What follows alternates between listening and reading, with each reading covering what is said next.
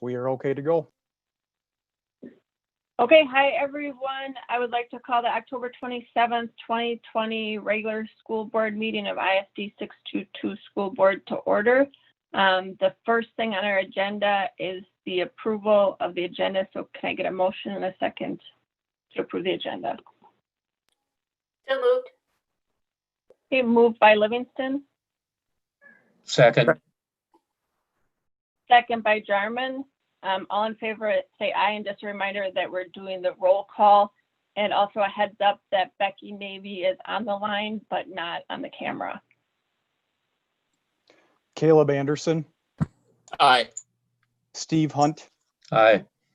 Ben Jarman, Aye. Becky Navy, Aye.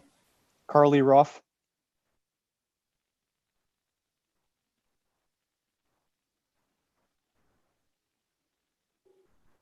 Nancy Livingston, Aye. Michelle Yenner, Aye. Okay, and I think Carly's unfrozen. Carly Ruff.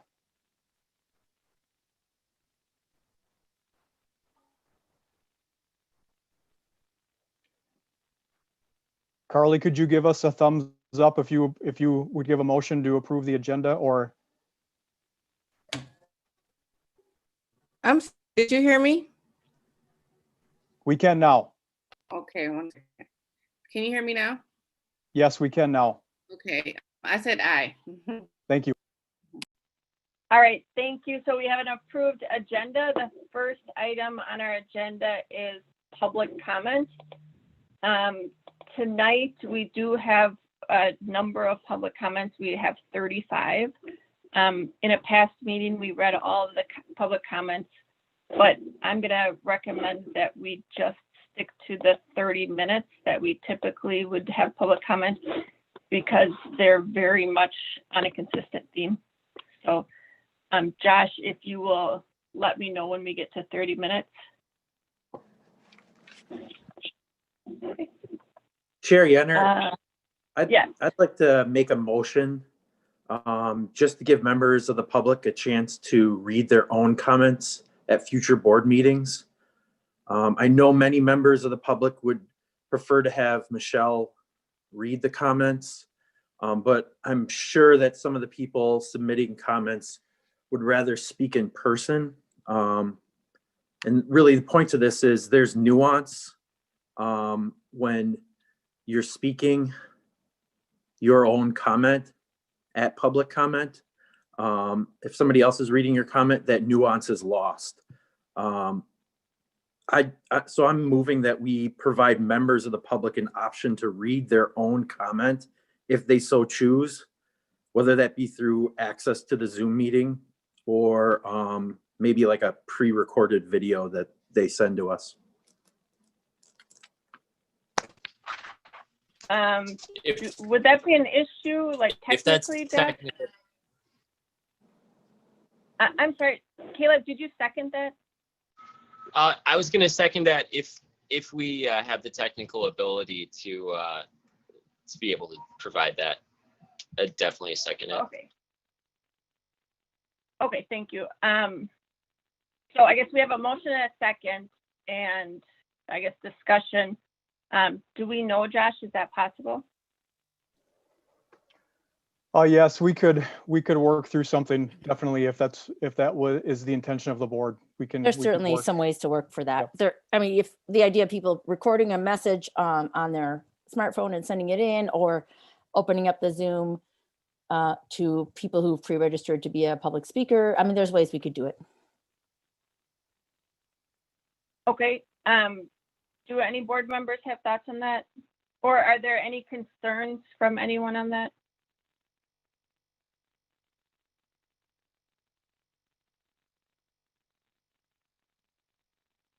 Okay, I actually would like that as well, because it's not my favorite thing to read everyone else's public comments. So we have a motion and a second. Can we do a roll call vote, Josh? Caleb Anderson, Aye. Steve Hunt, Aye. Ben Jarman, Aye. Becky Navy, Aye. Carly Ruff, Aye. Nancy Livingston, Aye. Michelle Yenner. Aye. Okay, so that motion is approved. Thank you for that. For this week, though, the process was to send emails into to Kim Cavallero in the superintendent's office. So I will read, again, there's 35 of them. I'll read for 30 minutes as our, as we have outlined as our practice. And Josh, you'll stop me after 30 minutes, right? So the first email I have was from Katie Fairbanks, and she says, "Dear school board members, I'm writing in response to the email sent last week. I understand that our district will eventually move to full distance learning upon the growing number of positive cases in our county. I understand the need to keep everyone involved safe, but I'm asking you to please do not take everything away from the students. Many students are involved in sports and other after-school activities. Many of these activities have been meeting every day all summer and fall this year. To my knowledge, there have not been any outbreaks within these teams and clubs. Please let the kids continue to enjoy the things they love. They have made the best of a horrible situation and deserve to be rewarded with something positive. Thank you for your time." The next email is from Sean Schwantz. "With school districts in the area moving to distance learning, ISD622 must decide if they move to distance, will they allow extracurricular activities? As a parent of a senior and sophomore, both that have moved to distance learning full-time because they don't want to risk their hockey team and exposure, I ask you to allow sports. Both of my children have been practicing with their teams, playing games, and following the arena guidelines. There have not been any cases or outbreaks on the team since they began skating in September. They have given up school to protect themselves and teammates from exposure, and so has the majority of their teammates. Don't get rid of sports unless there is an issue. Allow them this bright spot in the day. They are following the rules and being safe. Please let them play." The next one is from Brandon Fairbanks. "Hi, I'm currently a senior at Tartan High School. As well as going to school, I play hockey and baseball for Tartan. I know that we will probably be fully online soon because of nearby districts that are announcing full distance, but we need to have sports. It is good for kids' mental health and to be away from sports and their friends. And it is not good for them to be away from sports and their friends. We have been practicing as a team and playing games all summer and fall, and we have not had any outbreaks. COVID also does not affect kids like it affects the elderly. Kids are not getting as sick as older people are. I have loved my time at Tartan and playing sports at Tartan, and I just hope you guys do not ruin it for us. I know you guys would not want this for your senior year or your kid's senior year. We can do this safely, and you should let us play." The next one is from Sean Reish. "To whom it concerns, I would like to express how important I feel any extracurricular activity is for kids. Whether or not it is decided to move into distance learning, for all extracurricular activities should continue. Kids have had enough changes to deal with and need some outlet. Most activities involve the same groups of kids, and it's easier to stay on top of smaller groups. Please don't cancel their activities. Best regards." The next email is from Aaron Flom. "Good morning. I'm frustrated to hear that you are all having a meeting tonight to discuss whether to go to full distance learning or stick with hybrid. I'm also very frustrated to hear that you are planning on trying to make a decision whether our kids should be able to play winter sports. First, as a parent of a senior, our kids need to be in the classroom. We should be moving forward. This is not helping our children at all prepare for the years ahead. They need to have face-to-face learning. They need to have interactions with kids, with teachers and kids. The distance learning is strictly going through the motions to get through it. What they are learning sitting behind Zoom call, being able to do other things while being logged in. This just blows my mind that we are still here, stuck in the spot of ridiculousness. Second, and probably most important considering school is taken away, for the mental health of our children, let them play. Send out a survey to all athlete parents. How about to all the athletes? They will all say the same thing. No, not a survey at all of 622, but to the athletes and their families. This is who they are. Taking this away on top of taking away school will break our kids. They need some sort of normal. For the sake of our child's future and his mental health, I'm begging the 8 of you to think about all families, not just a few who are the ones screaming to shut everything down. We don't want this. We want our kids to be happy and healthy. Taking everything they have left away is not the way to do it. If we and our kids can go to work in the public, they can go to school and they can play. If we can go shopping, we can go to school and we can play. If we can go to the gym, go to the bars and restaurants, hang out with parents and friends on a daily basis, they can go to school and play. Other districts, other states have figured this out. I'm praying decisions made tonight are the best ones for everyone, not just a few, not just the board. The next email is from Donna DiMartino. Move to distance learning and allow extracurriculars to continue. The next email is from Shannon Young. I'm writing this in the hopes of consideration for the board meeting this evening regarding ISD622's decision regarding extracurricular activities. For the past 8 to 9 months, we have been acutely aware of the physical risks associated with COVID-19. We have made accommodations at every facet of living to minimize the physical risk, including distance learning. There are, however, many other risks associated with COVID-19, especially for our children. The social, emotional, mental health, academic, developmental, and spiritual aspects of our overall health are being compromised by our intense focus on the physical risks. Extracurricular activities are a choice that parents, students, and families make to balance and manage the other risks mentioned. Please do not limit the opportunity for our children. In doing so, I feel that we would be doing more harm than good. Thank you for considering. The next email is from Jason Flom. To whom it may concern, I would like the opportunity to have my voice heard when it pertains to youth sports and the importance of allowing high school students the opportunity to play out their season with safety top of mind.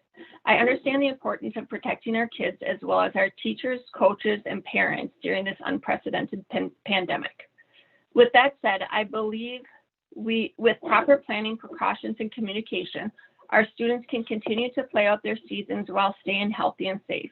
There are so many reasons that we should ensure their seasons are played. There are numerous studies that indicate both the physical and mental benefits of youth sports and the long-term positive effects it has on them as adults.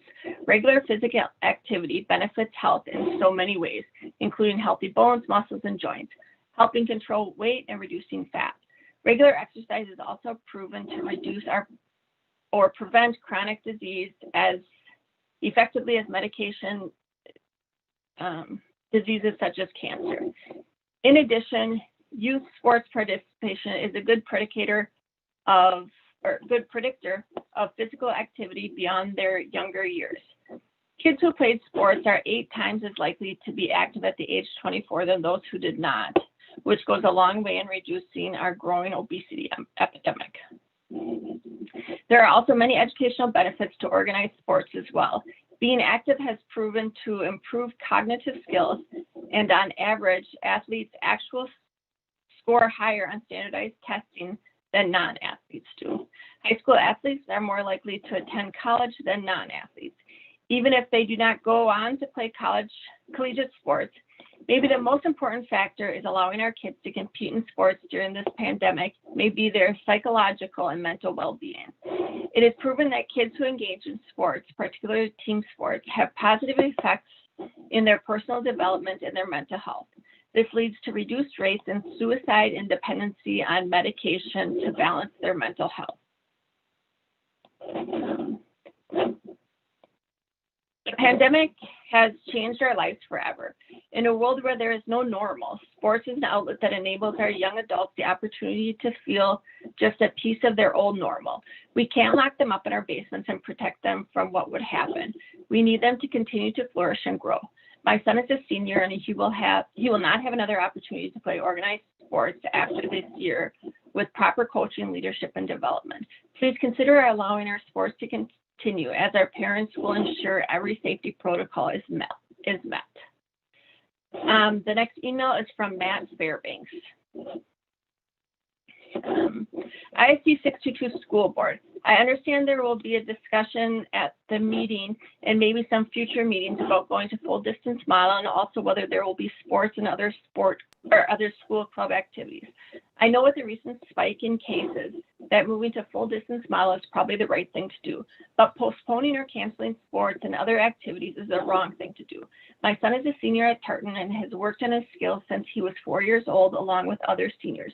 These kids have missed out on their spring sports, junior year prom, a full fall sports season, homecoming, and now could lose an already shortened winter sports season.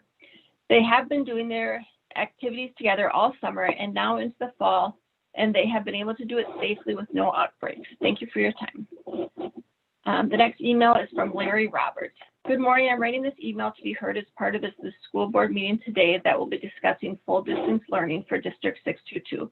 With that being said, I know that also includes extracurricular activities. My son is a senior hockey player. He has already had his senior year taken away from him, and now the possibility of a senior hockey season as well is too much. He has been playing hockey since he was 4 years old and would be a fourth-year Tartan High School hockey player. He has been successfully playing hockey since June on several different leagues with no interruptions due to COVID. The leagues, players, coaches, and arenas have done a wonderful job keeping kids safe. There is no reason these kids cannot have their season. These kids need these activities. These are the only things keeping these kids active and lessening mental health issues. Enough is enough. We have all had to teach our children social distancing, wear a mask, etc. And even when they do that, everything is still being threatened to be taken away from them. This is not about me. This is not about the school board. This is about the kids who deserve and need to be able to play this sport. Thank you. The next email is Chelsea. I'm not sure, TVEDT. We want our district to realize how important it is for our students to participate in sports and extracurricular activities. We have proven that these activities can be completely safe. These kids need to burn off energy, get exercise for their mental health, to be given the chance to be leaders, learn how to function as a team, learn to take direction, and be social. Coaches want to coach, directors want to direct, kids want to play, and the spectators want to watch. As a district, you should do what you can to allow families to make those decisions independently. Please consider this before making a ruling to cancel any winter activities. The next email is Jonah Roberts. Hi, this year has taken so much away from me and everybody else. And for me to hear that I'm not going to be able to play the sport I've loved and enjoyed my whole life is devastating.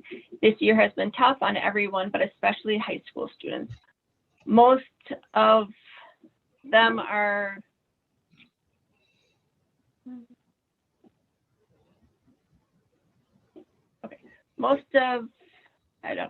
suffering severely, and for my favorite thing to be threatened to take it away when I've been playing since June with multiple different teams and multiple different risks is a joke enough.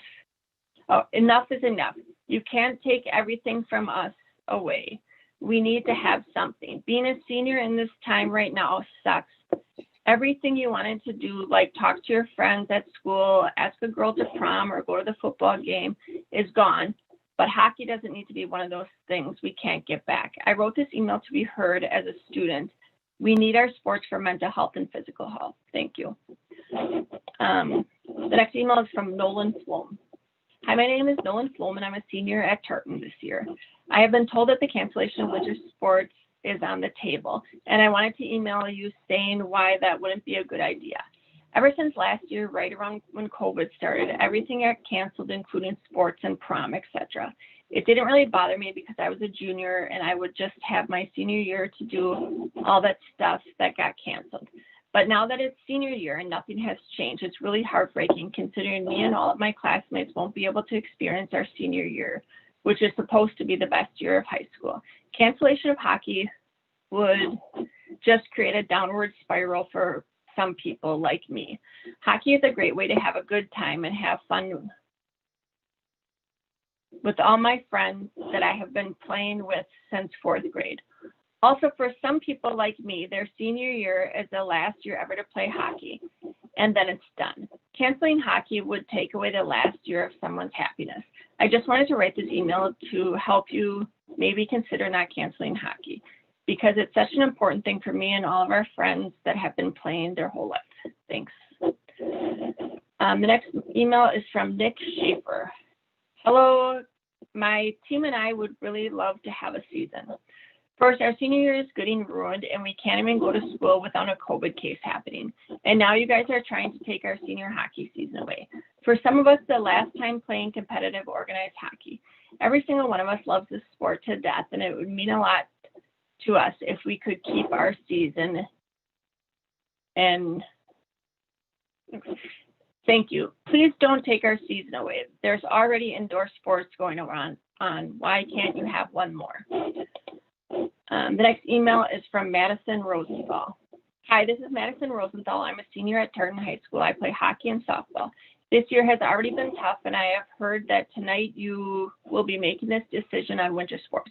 Winter sports should definitely stay. I've worked my whole life to play for my last season, and if that gets taken away from me, I will be devastated. If football can play, hockey should also be able to play.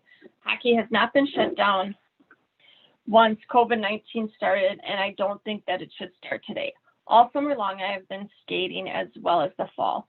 I hope you take the kids playing into consideration, and more important, seniors and our parents who want to watch us play our last season, as if we were in the situation you would want your seniors season as well. Thank you. The next email is from Alyssa Etlinger. Hello, my name is Alyssa Etlinger, and I'm a senior in high school this year. I play hockey in the winter, and I've heard rumors about winter sports being canceled, and this broke my heart. I've been playing hockey my whole life, and have my last ever season of it ripped away would be unfair.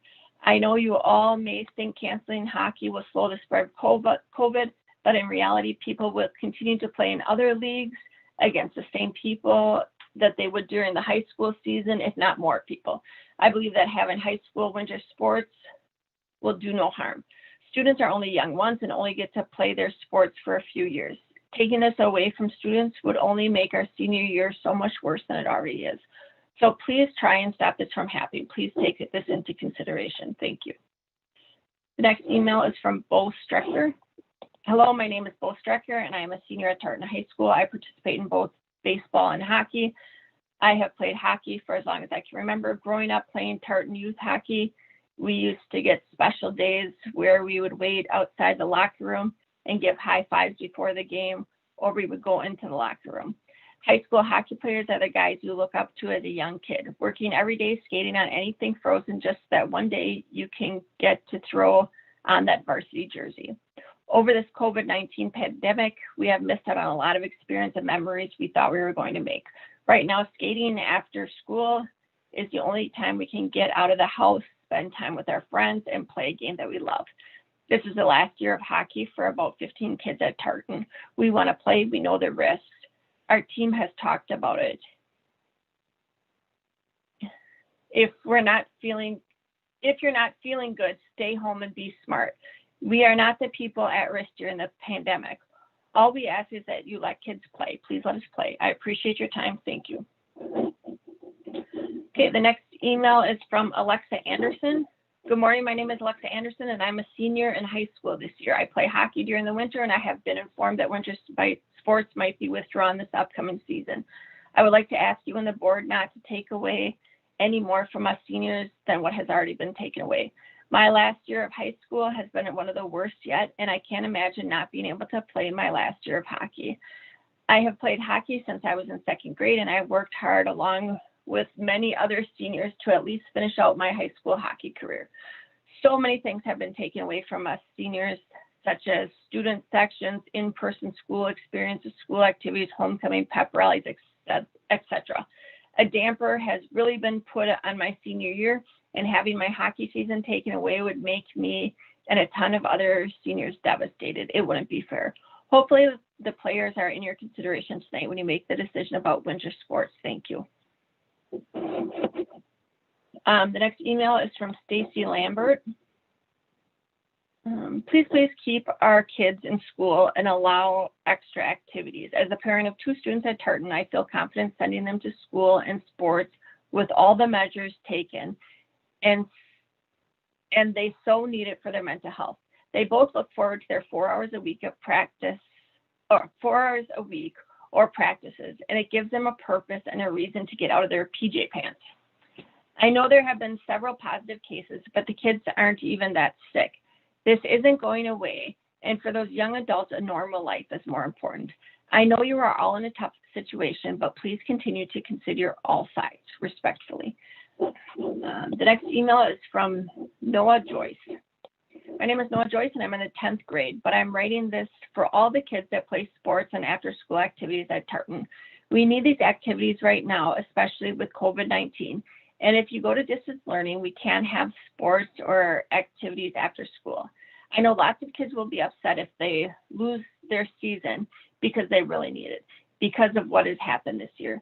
So I just wanted you to know that we need sports and activities right now. And I know you'll make the right decision no matter what. Just give this a thought. Okay, the next email is from Colin Light, to whom it may concern. I appreciate the job you're doing, and I understand you are looking after the well-being of everyone involved. I'm writing to you about your meeting and the possibility of moving students to distance learning and the postponement of school activities, specifically sports. The management at Tartan Arena has been doing an outstanding job of keeping everyone distanced while in the arena, while providing disinfectants and cleaning up right after practices. The players arrive within the time requested and adhere to the rules of social distancing. They wear their mask to and around the arena. I have talked with the players and their families. They are so excited to be able to get out and participate with their teams under the guidelines presented by the Department of Health and our governor. They like being able to stay busy and have some time to just play. I believe this helps the players socially, mentally, and physically. Please don't postpone or cancel the activities at Tartan High School. I appreciate your time and consideration in this matter. Sincerely, Cole Light. The next email is from Marty Milan. Regarding distance learning and extracurricular activities, I am 100% in favor of allowing extracurricular activities in the schools decide to go 100, if the schools decide to go 100% distance learning. My kids are already impacted by distance learning as we have elected to keep them home. With this comes isolation, and they need monitored extracurricular activities to help with both their emotional and mental well-being. Without activities, I fear their mental health will be impacted and the possibility of depression and other mental illnesses will evolve. The next email is from Aaron Young. Hi, I'm Aaron. I go to Tartan and I play hockey, track, and soccer. My mom has told me about the discussion of removing extracurricular activities. Right away, I was upset. The students need a sport or something to do after school. Being at home on a computer most of the day is terrible. Sports and other after-school activities are the only things we kids have left. For that to be taken away from us is terrifying. We all understand the risks of playing, and I know that all the girls understand that we are willing to have the risk of being exposed to the virus. Half of the girls on hockey spend every day together already, and everyone knows that we could all be at risk. In my opinion, just to have something to look forward to after school is a lifesaver. So many kids will be devastated. We players need this. Please do not take it away. It is the last thing we have. We are all begging you. Think of us kids, what would happen if you took them away. Thank you for considering. I hope you don't disappoint the Tartan High School students that have extracurricular activities. Okay, the next email is from Dan and Leah Kammerer. To whom it may concern, I'm writing to you today regarding the decision to have extracurricular activities if you choose to go 100% distance learning model. According to the CDC, the mortality rate for young people ages 12 to 17 due to COVID is less than 0.1%.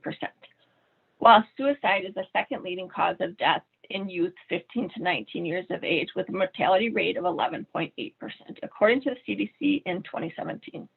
I understand the challenges you face as a school board to make sure that you're keeping your staff and students safe on a daily basis. I feel that part of keeping the students safe is making sure that you are able to support their mental health however you can. Our son has expressed to us that he feels like he has nothing to look forward to, and that school doesn't seem like it's required or real. Extracurricular activities gives kids a purpose and keeps them connected to their school, their peers, and other adults. Students must meet certain grade requirements in order to participate in sports and activities. This gives them motivation to work hard and find purpose during a time that is so difficult. The next email is from Jacob Schwinghammer. Greetings, I hope this email finds you well. On behalf of the entire Tartan hockey community and a captain representative of the boys varsity team, I am hoping to in any way persuade this decision to keep the winter sports. I have been playing hockey since I was 5 years old, and same with many of my senior classmates, both boys and girls.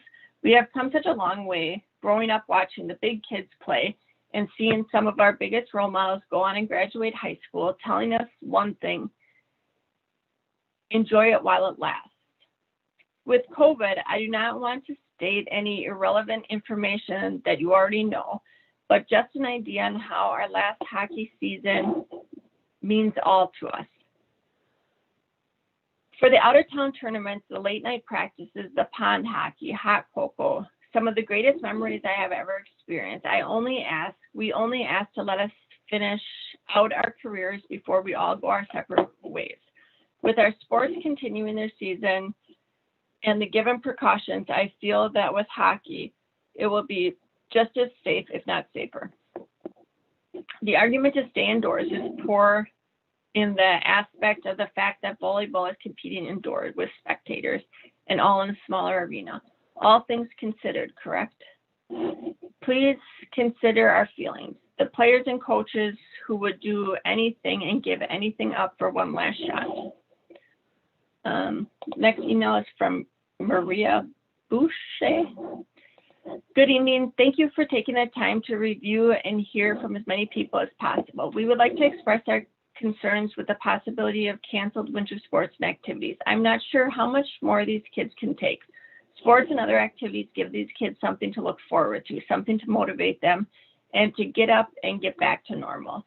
Kids of all ages have been safely participating in sports and activities all summer and fall. Please allow families to make their own choices for their children. Thank you. The next email is from Chet Bartleson. I'm writing this email in regards to having winter sports continue. I've been playing hockey since I was 4, and I only have 2 more years left, counting this one. Just to rip that 1 year away to not play hockey because of the virus that doesn't affect the youth nearly compared to the older generation is disheartening. It would solely be the worst thing to not let athletes play the sport they love. This is people's mental health on the line too. I wake up every day thinking about playing again. I had to get shoulder surgery this summer because my shoulder wouldn't cooperate with me. I haven't touched the ice in 243 days. I'm not ready to wait anymore. I've worked so hard to be where I am at today, and if the board pries my dreams out of my hands, so be it.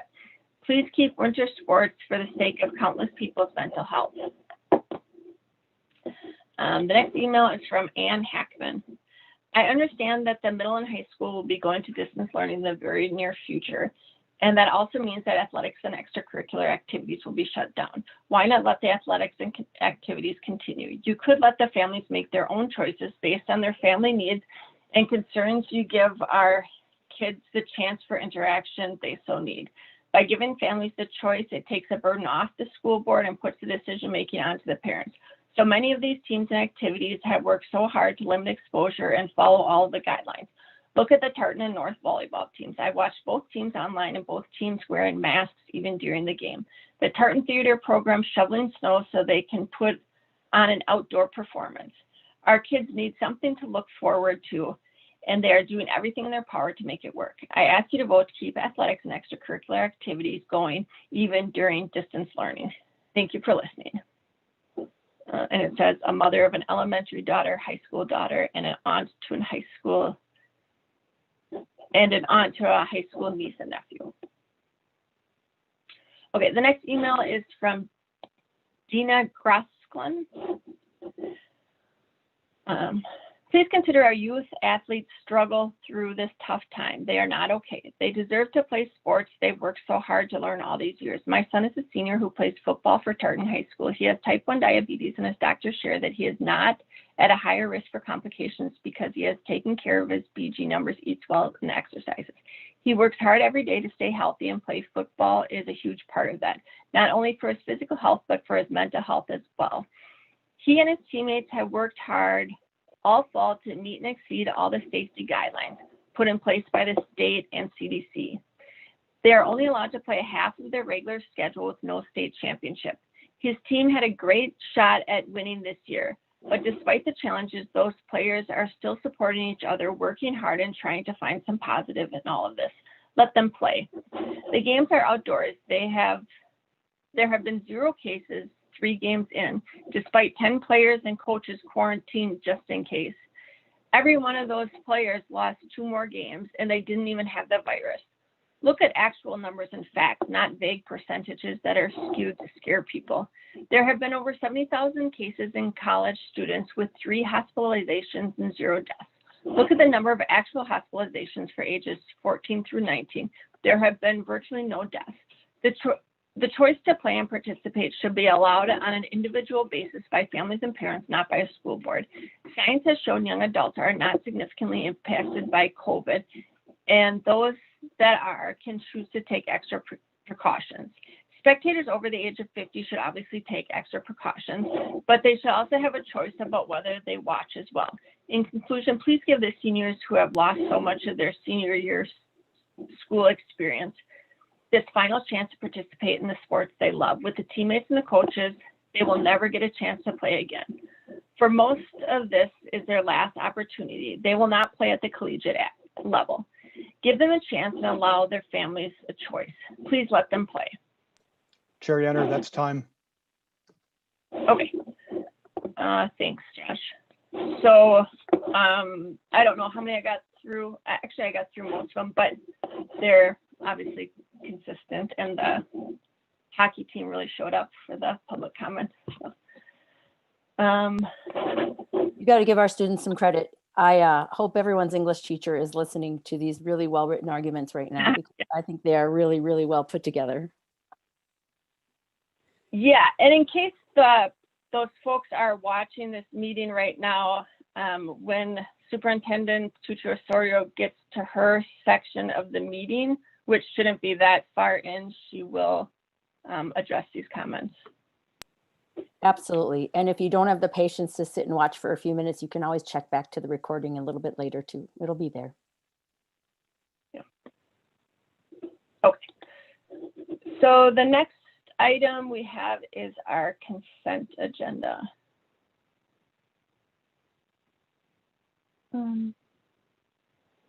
So the consent agenda consists of routine items that are acted on in a single consolidated motion without board discussion. Board members have the option of pulling items off the consent agenda if they wish to discuss.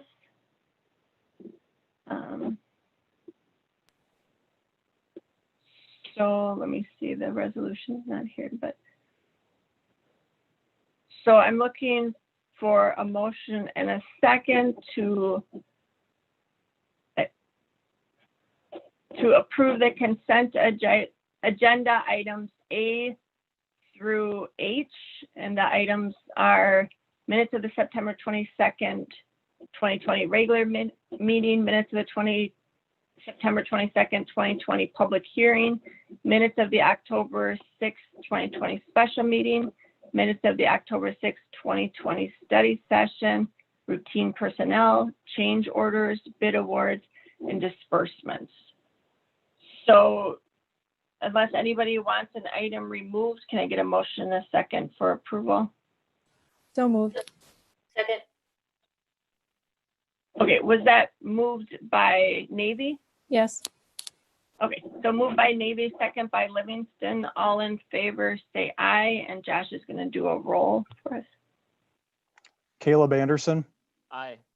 Steve Hunt, Aye. Ben Jarman, Aye. Becky Navy, Aye. Carly Ruff, Aye. Nancy Livingston, Aye. Michelle Yenner. Aye. Okay, so the consent agenda is approved. Thank you for that. Next on our agenda, we have our reports, and we're starting with our Assistant Superintendent, Troy Miller. All right, good evening. It's my pleasure to introduce Catherine Cranston. She is our restorative practices coach, and she has just done some incredible work, and she's gonna share with you some of the things and highlight some of the things that are happening. And again, we're just so fortunate.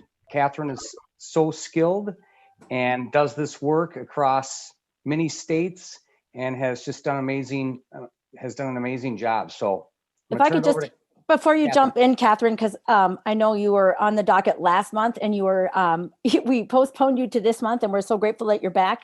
I just want to make one more quick plug here. So Catherine Cranston is a teacher who was a 5th grade teacher at Webster Elementary. And it was about a year and a half ago when I approached Catherine because I kept hearing of all the amazing work she was doing in terms of restorative practices, not only with her own students, but training other teachers in the district, working with school bus drivers on her own time, just somebody who really went above and beyond. And then upon digging into it, learned that she had her whole separate private consulting business around restorative practices. So I thought, wait a minute, we got to get her out of the classroom working with our staff district wide. And my goodness, this is a woman who pretty much hasn't slept since that day. She's been nonstop. And so you have no idea the impact. Her name is quite legendary around our school district. So I just had to put a little plug into how this position came to be and talk a little bit about why we sought out Catherine.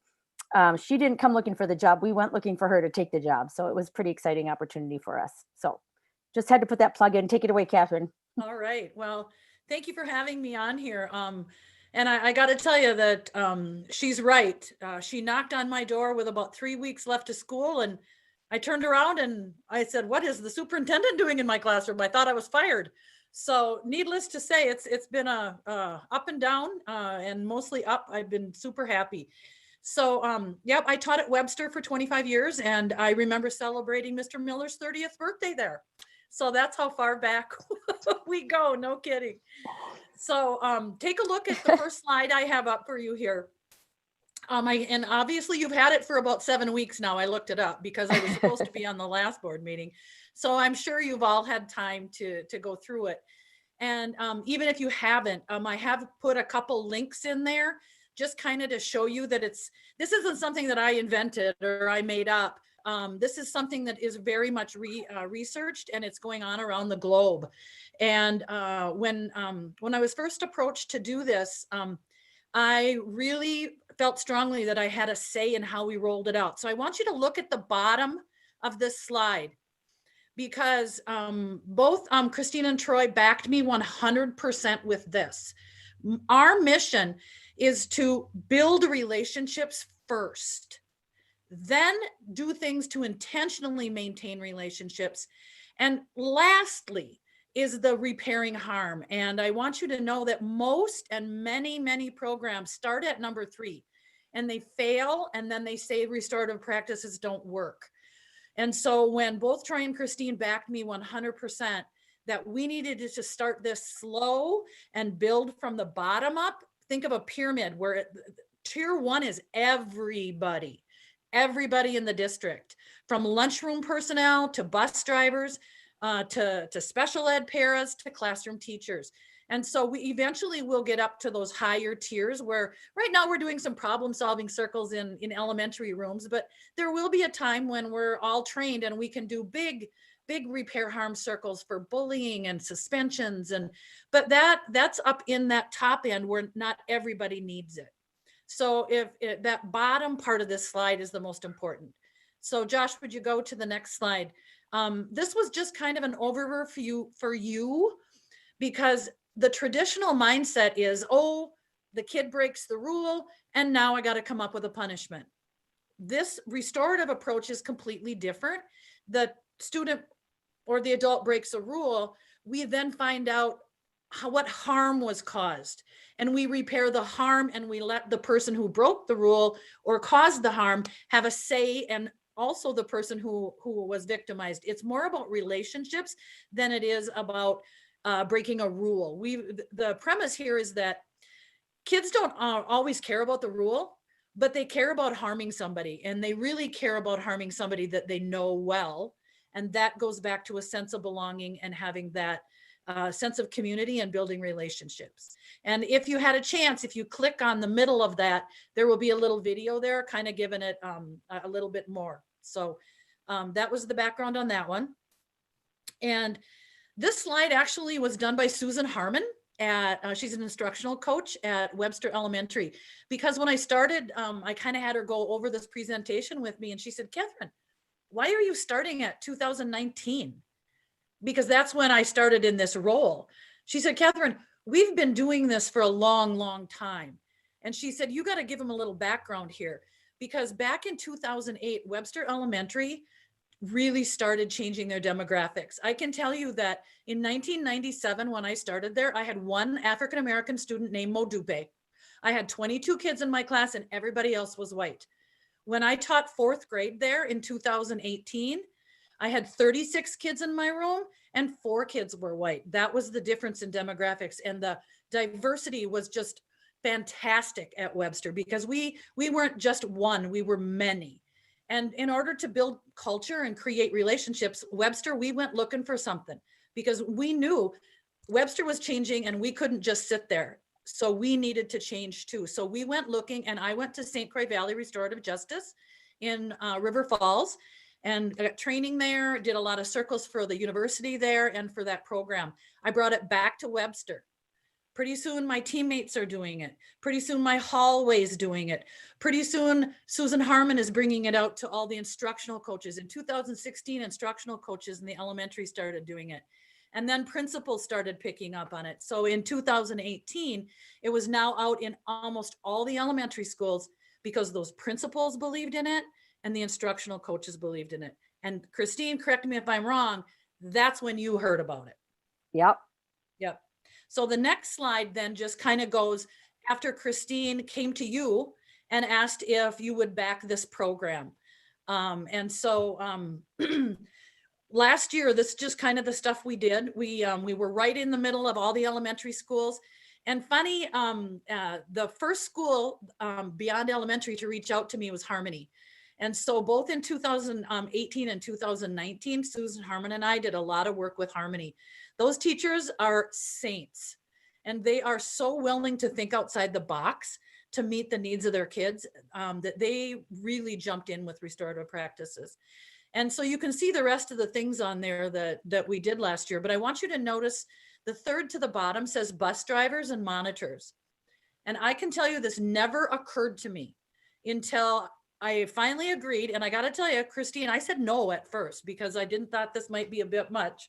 She talked me into it and backed me 100%. And as I'm walking out the door, she said, hey, by the way, how are you with adults? And I turned around and I said, well, I worked a lot with adults at St. Croix Valley Restorative Justice. And she said, would you be willing to support our bus drivers? And I said, sure, but let me think about it for a while. So go on to the next slide. And I thought, why, if restorative practices work in classrooms, they work for professional development. And I found during COVID that they work online, and I've been doing circles online and doing, look at all that during the COVID. And then I offered this over the summer, and I did 25 days with all these support staff over the summer and teachers over the summer. But look at the one on the bottom. Yes. That's the one that kind of blew me away. But I got to tell you, it's one of my favorites. Bus drivers, every bus driver in this district is a circle expert. They're in circles all the time. It doesn't even faze them. And they just took right in. Christine's been in them. Troy's been in them. It's really been fun to be in circles with bus drivers. I've just been humbled by how welcoming they have been. So if you go to the next slide, I had to highlight my bus drivers. And this is a monitor named Raquel, and she learned how to do restorative chats, and she is definitely sold on them. So I asked her if she'd give you guys a little quote. And down on the right is Mike. And I put this slide together before Mike retired. But Mike literally said to me that I don't know about sitting in those circles with the other drivers, he said.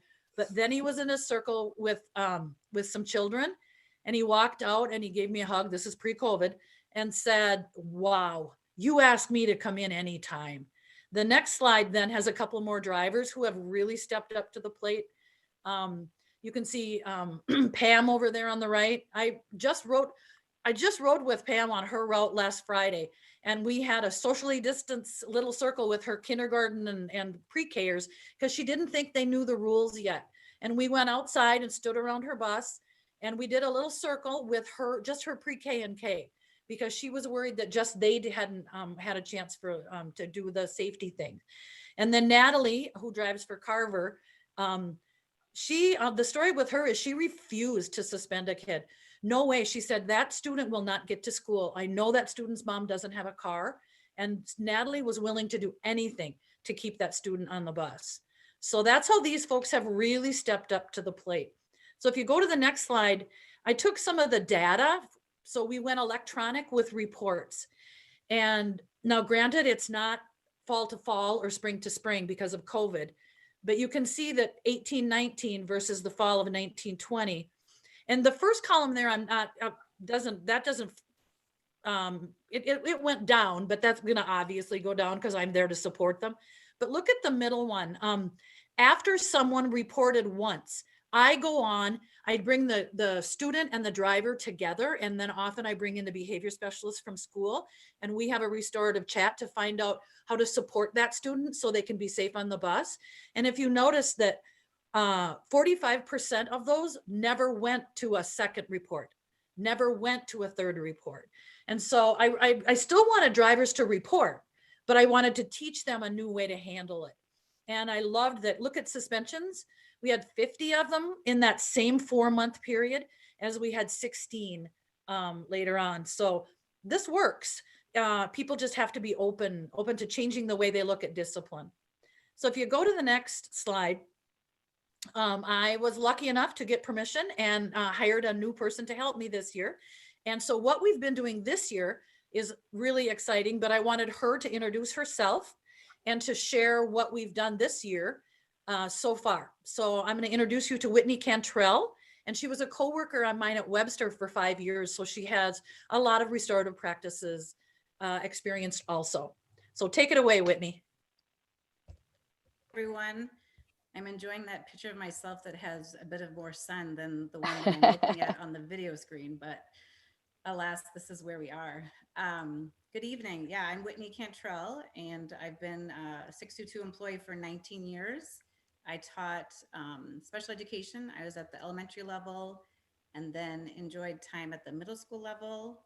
And then for the last 5 years, I was in a unique position at Webster. I was a behavior intervention team and led the student success team there at Webster. And then got to train and be mentored by Catherine at Webster for restorative practices, and then got hired to be a district-wide coach. So I'm thrilled to be in this position and thrilled that you are supporting restorative practices. So a few things, as Catherine said, it's been 7 weeks since this presentation was made, and it's amazing the growth that we've already seen. So we are supporting middle school, and actually we just confirmed today we have 28 staff that are from North, Tartan, John Glenn, Maplewood Middle School, and Next Step to participate in an online 6-week series that Catherine and I are going to be doing. So we're thrilled to have secondary join us and be part of restorative practices. We have been providing coaching, well, not in person so much, but virtually. I have a weekly PD, professional development, that teachers can attend. It's in circle format, so it's twofold. They get to experience circles, as well as it's a learning circle. So there's an opportunity to bring in a guest teacher to provide some learning to teachers. And topics are such as essential elements of circle, using visuals on circle on Zoom or the Google Meet, We also have just a variety of opportunities for teachers to experience Circle if they've never done that, especially online, in addition to a learning portion. We are also providing an online training for SPED paraprofessionals, as well as BIS, BIA Check and Connect. So we're really looking forward to that.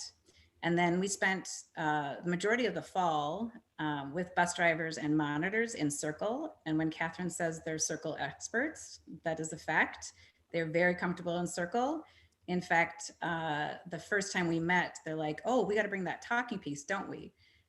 So they know the essential elements of Circle, which is wonderful. And then you can, one other thing that we since have added as well, for those of you that know that the interpreter is Jill Serene, I'm working with her and providing Circle with our Latinx support parent group, if you will.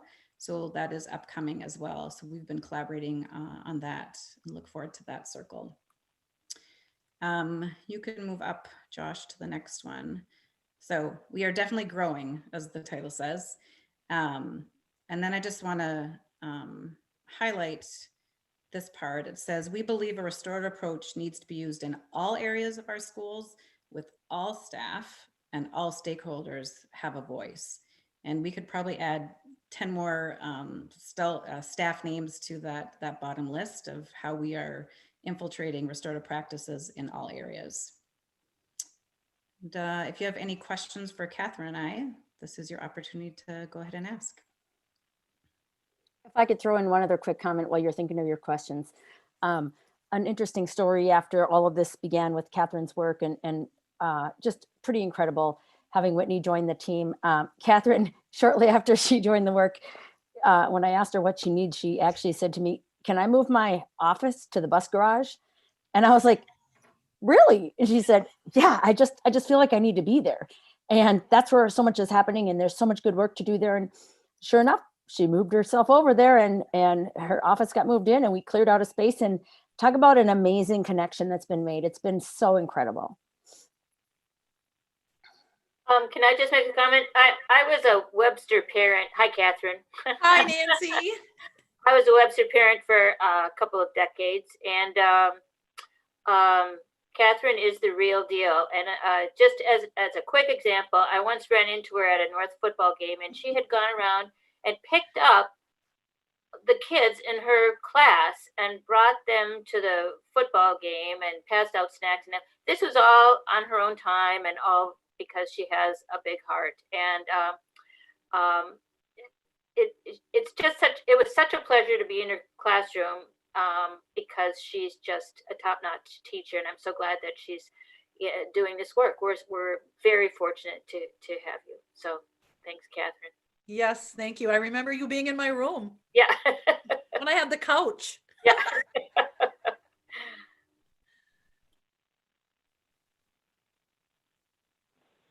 I guess just to end, oh, go ahead. I'm sorry. I was just going to say other comments and questions. Fun fact, Catherine is also herself a school board member in Somerset, Wisconsin. So she's very used to this environment. I'm very aware. We had a long public comment yesterday also. I was just going to say thanks for that presentation, Whitney and Catherine. And I did notice on your slide that you suggested that this is a good approach for school board members. Michelle, I have had the school board in Somerset in Circle more than once. Yeah, so maybe during a study session, we could give it a try. Yeah, and it really works well on Zoom too. Here's how I do it in Somerset. We might start with a Circle for a work session, then do our work, and then end and kind of debrief in Circle. So the whole time doesn't have to be in Circle, but starting and ending still kind of gives you the feeling. So I'm on anytime. All you got to do is ask. I just want to end by thanking Troy and Christine though, because without them being so supportive of my plan, and like I said, that Belinda Hopkins is that researcher that I really follow. And starting slow and building from the bottom and not starting on the top. And no matter what we've asked for, Troy and Christine have just been there. And I really, really want to make sure that you know how supportive they've been. Thank you for that. Great, thank you. Okay. Any other questions or comments from the board? Just one other thing, we talk a lot about school culture, Catherine, and this is an important part about improving the culture at schools, I think. And it's workable and doable. So thanks. I'd also like to add, this is racial equity work. Sometimes we do a lot of different things. We create interventions, we create spaces, but it's all about helping all of our learners be successful in school and helping people to listen and hear each other and Belong. yes, belong and have your value, your identity valued and respected. And this is racial equity work. One of the many different ways that we take a look at the work and that needs to happen. So I just want to put that out there. Yeah, the All right. piece that I would add would be one of the values we have in Circle is listen with an open heart, and that idea of listen to understand and not listen to respond. And we talk about that often in Circle of that value.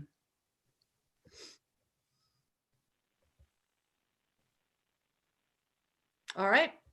Thank you, everybody. Goodbye. Thank you. All right, thanks. Have a We're good so night. grateful to both of you. Thank you, Catherine, and thank you, Whitney, for being here. You're welcome. Thanks for having us. Good night. Okay, next on the agenda, we have our student school board reps. So Manny or Evan, I don't know which one of you wants to start us off.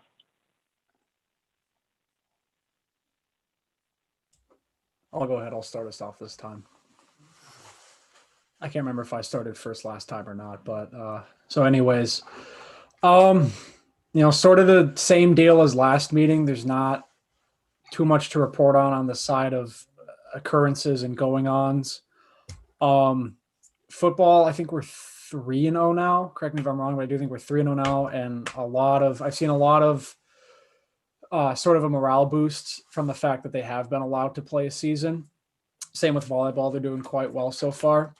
For knowledge ball, I do know today that we just beat North in our, I think, third annual scrimmage, first time it was conducted virtually. So once we got past some of the technical issues, it went pretty well. But that's about, all I can report on right now. There's still a lot uncertain, a lot of activities we don't know if they're going to be happening, a lot of clubs and annual events we don't know if they're going to be happening. So, I mean, I'd be happy to speak on the some of the public comment and give some opinions to you guys, sort of like we did last month, if you want. By all means, if you want to do that now, or if you want to stick around till we have that part of the meeting, you can do that too, which is coming up pretty quickly behind this. So I can stick around. That should be either way, whatever works better for you. We definitely want your perspective. That's part of why we have you on the school board. All right, sounds good. Hey, Evan, can I ask, are you involved in extracurricular activities right now? And I know Yeah. you're still distance learning, right? Yep, I'm distance learning, but right now I'm still doing working on my NHS hours, and which of course, that's sort of a headache with itself. We're working on finding activities that are going to be safe, because a lot of our normal activities we can't do anymore. Like we normally have a group volunteering event every trimester, and in the fall it's always the Twin Cities Marathon, but we obviously cannot do that this year. So we're just working on finding ways that people can still help in the community and get their volunteer hours, but remain safe while they're doing it. And then, yeah, obviously I'm doing Knowledge Bowl right now, but it looks like we've gotten our coach, Mr. Norland, has had some back and forth with the coordinator of the whole state. And it looks like that this season is going to be conducted virtually indefinitely. All right, thanks, Evan. Manny? Then I suppose I'm up next here. Yep, you're up.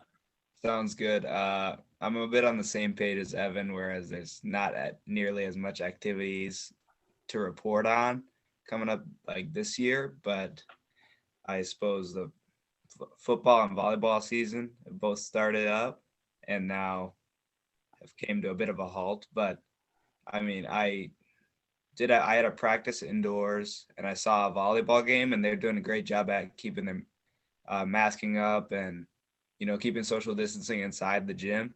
And I was pretty amazed by the fact that they can do like an athletic activity like that and keep masks on. And I would be exhausted. I'd say that. And again, National Honor Society, we're looking to find hours as in any way we can.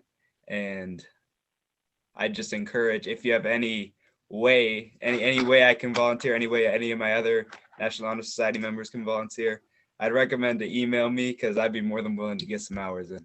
Thank Yeah, you. same for myself. If there's anything. Oh, we got even- hours for you. I'm if happy, even- happy to help you out with that. I'd be happy to help I'll from do anything. whatever. I'll do whatever. We got stuff. Trust me.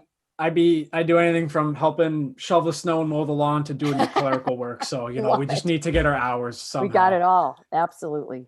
Hey, this is Becky. Guys, the one thing I was going to mention, I volunteer at the food shelf every week. And I know that at least for sure North has been there helping out as well. But when I was there today, they were talking about it again. So that might be another, I can email you, but that might be another good place for you to get some help, because we have a Yeah. very generous community. And so we're very busy there. Yeah, absolutely. Yeah, that would be awesome. I appreciate that greatly.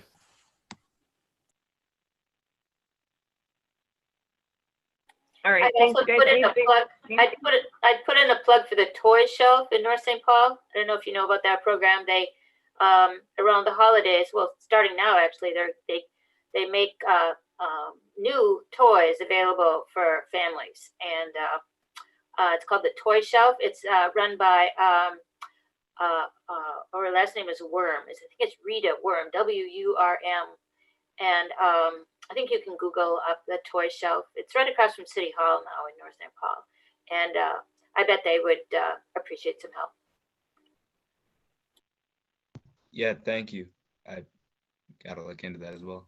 Thank you very much. Yeah, I'll see what I can do about passing that on to my fellow NHS members. Sure. Also, It's our Norma Worm. Norma, not Rita. Norma Worm. WURM. Yeah. Okay. Also, I will just plug in there also our 622 Education Foundation really, really appreciates student volunteers. I can help you connect with that group too. Thank you. Perfect. Sounds good. Mm-hmm.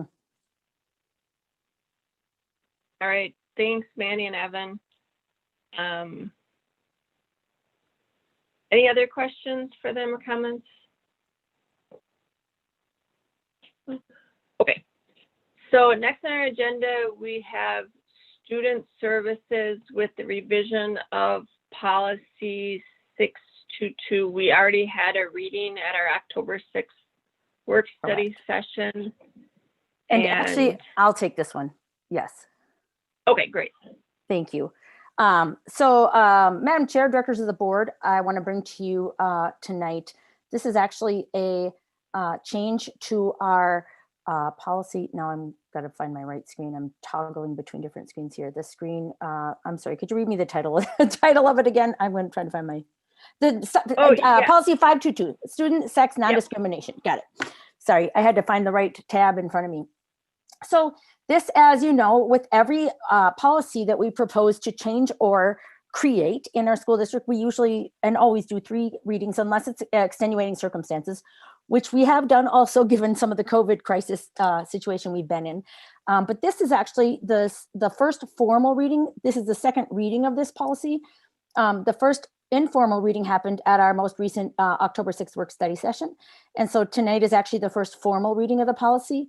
I'm not going to read you the entire policy. If you may recall, it's like 14 pages long. So for anyone in our viewing audience who wants to actually see a copy of it, if you need one, by all means, you can reach out to us and we'll be happy to give you one as well. But I'm just going to read for you just a really quick summary of what this is all about. So these changes we're proposing are based on our MSBA model policy. If you recall, the Minnesota School Boards Association actually has a team of attorneys and they put together model policies for us. based on legislative changes that happened both at the state, not local, but state level and the federal level. And so this is actually following some legislative changes that went into effect in August of 2020. And these are federal level changes, by the way. This policy change allows for a more detailed process into the investigative process, as well as narrows the scope of what is considered a Title IX investigation violation. And that involves the behavior that's considered a Title IX violation in the past will not be quite as broad. So Title IX violations, to give you some examples, are gender discrimination kinds of violations, sexual harassment, things like that. And but this puts into place a very, very long and detailed process for how these investigations will be handled, how they're going to be supported, and that, you know, we are going to continue to take our investigations very seriously, as we always have done. Our student services director, Tricia St. Michael's, is our Title IX in lead and she's our lead point person for our school district as well. So whenever we have any kind of a violation, it goes to her office. And so although our student code of conduct policy is going to help us address these complaints, this actually really puts into place a really detailed process for investigating those Title IX violation complaints. So, and this is based on a model policy brought to us through Minnesota School Boards Association, based on these federal changes that have gone into place this fall. So with that, are there any comments, questions? Trisha's here as well to handle any questions you may have as well. Trisha, at the study session, when you talked us through this, I asked you just to kind of, because it is so long, I asked you just kind of briefly explain what the process is and how students might file a complaint. Will you do that again? Certainly, yep, happy to. So basically it would just be in a student submitting and or a parent and or any other person who is looking to submit that complaint, file that in writing to my office and or the district, and we would then go through revision of what the complaint is. The complaint itself is to see if that falls under Title IX and or something we would look at through the student code of conduct provision, being that the scope is a little bit narrowed, but either way, look through that investigative process and figure out how we need to go through that complaint and go through that detailed process. As Christy mentioned, the steps in place through the new components with the Title IX component, are far more detailed than they have in the past, which is, it will be super beneficial for our investigative process. But in the event that the complaint itself does not fall within the scope of the Title IX component or the Title IX definition as the new regulations have put forth, we still have the ability and would certainly look to respond to that through our student code of conduct policy and make sure that we're taking a thorough investigative process through all complaints brought forward. Great, thank you. Any other questions, comments?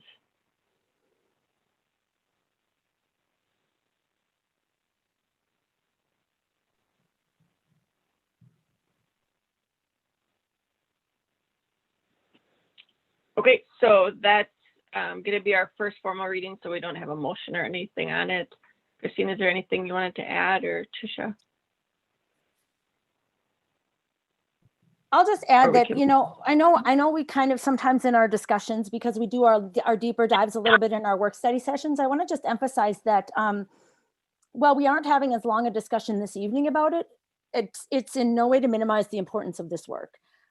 This is incredibly important work, and I will tell you that we take it incredibly seriously. We've had some investigations in the past, and we have put many, many hours into making sure we do a really, really good and thorough job with these, because it's critically important. And so by the fact that we are not having as lengthy a discussion tonight as we did at our last meeting at the work session, in no way do I want people to think this is diminishing the importance of this work, because it is incredibly important. And I couldn't be more proud of the team that we have who has you know, dived into these situations in the past and helped us do a really nice job with them. And I would agree exactly in that the new regulations also provide for us to have multiple people involved in that process, that in the past, although we have done that in our practice, it hasn't been specifically called upon to have multiple different eyes in that process. the new regulations and the policy require us absolutely to have several different people involved in the process to make sure that we have multiple different perspectives involved in a thorough investigation completed. So I think it will be a great revision to the policy.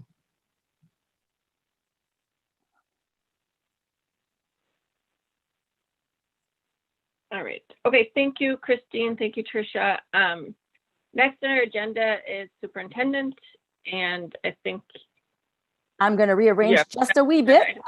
Exactly. Given the fact that we may have some people watching out there who are really anxious to hear about our COVID update, I'd like to actually rearrange. I have 4 things that I'd like to talk to you about this evening. One of which, in the order that's listed on the agenda, is facilities update, a school calendar update, a COVID update, and my personal superintendent goals for this school year. What I'd like to do is rearrange just a wee bit and put our COVID update first, because I think that's what we may have some people watching about looking at for tonight to hear an update on. So I wanted to kind of jump into that right away, if everybody's okay with that.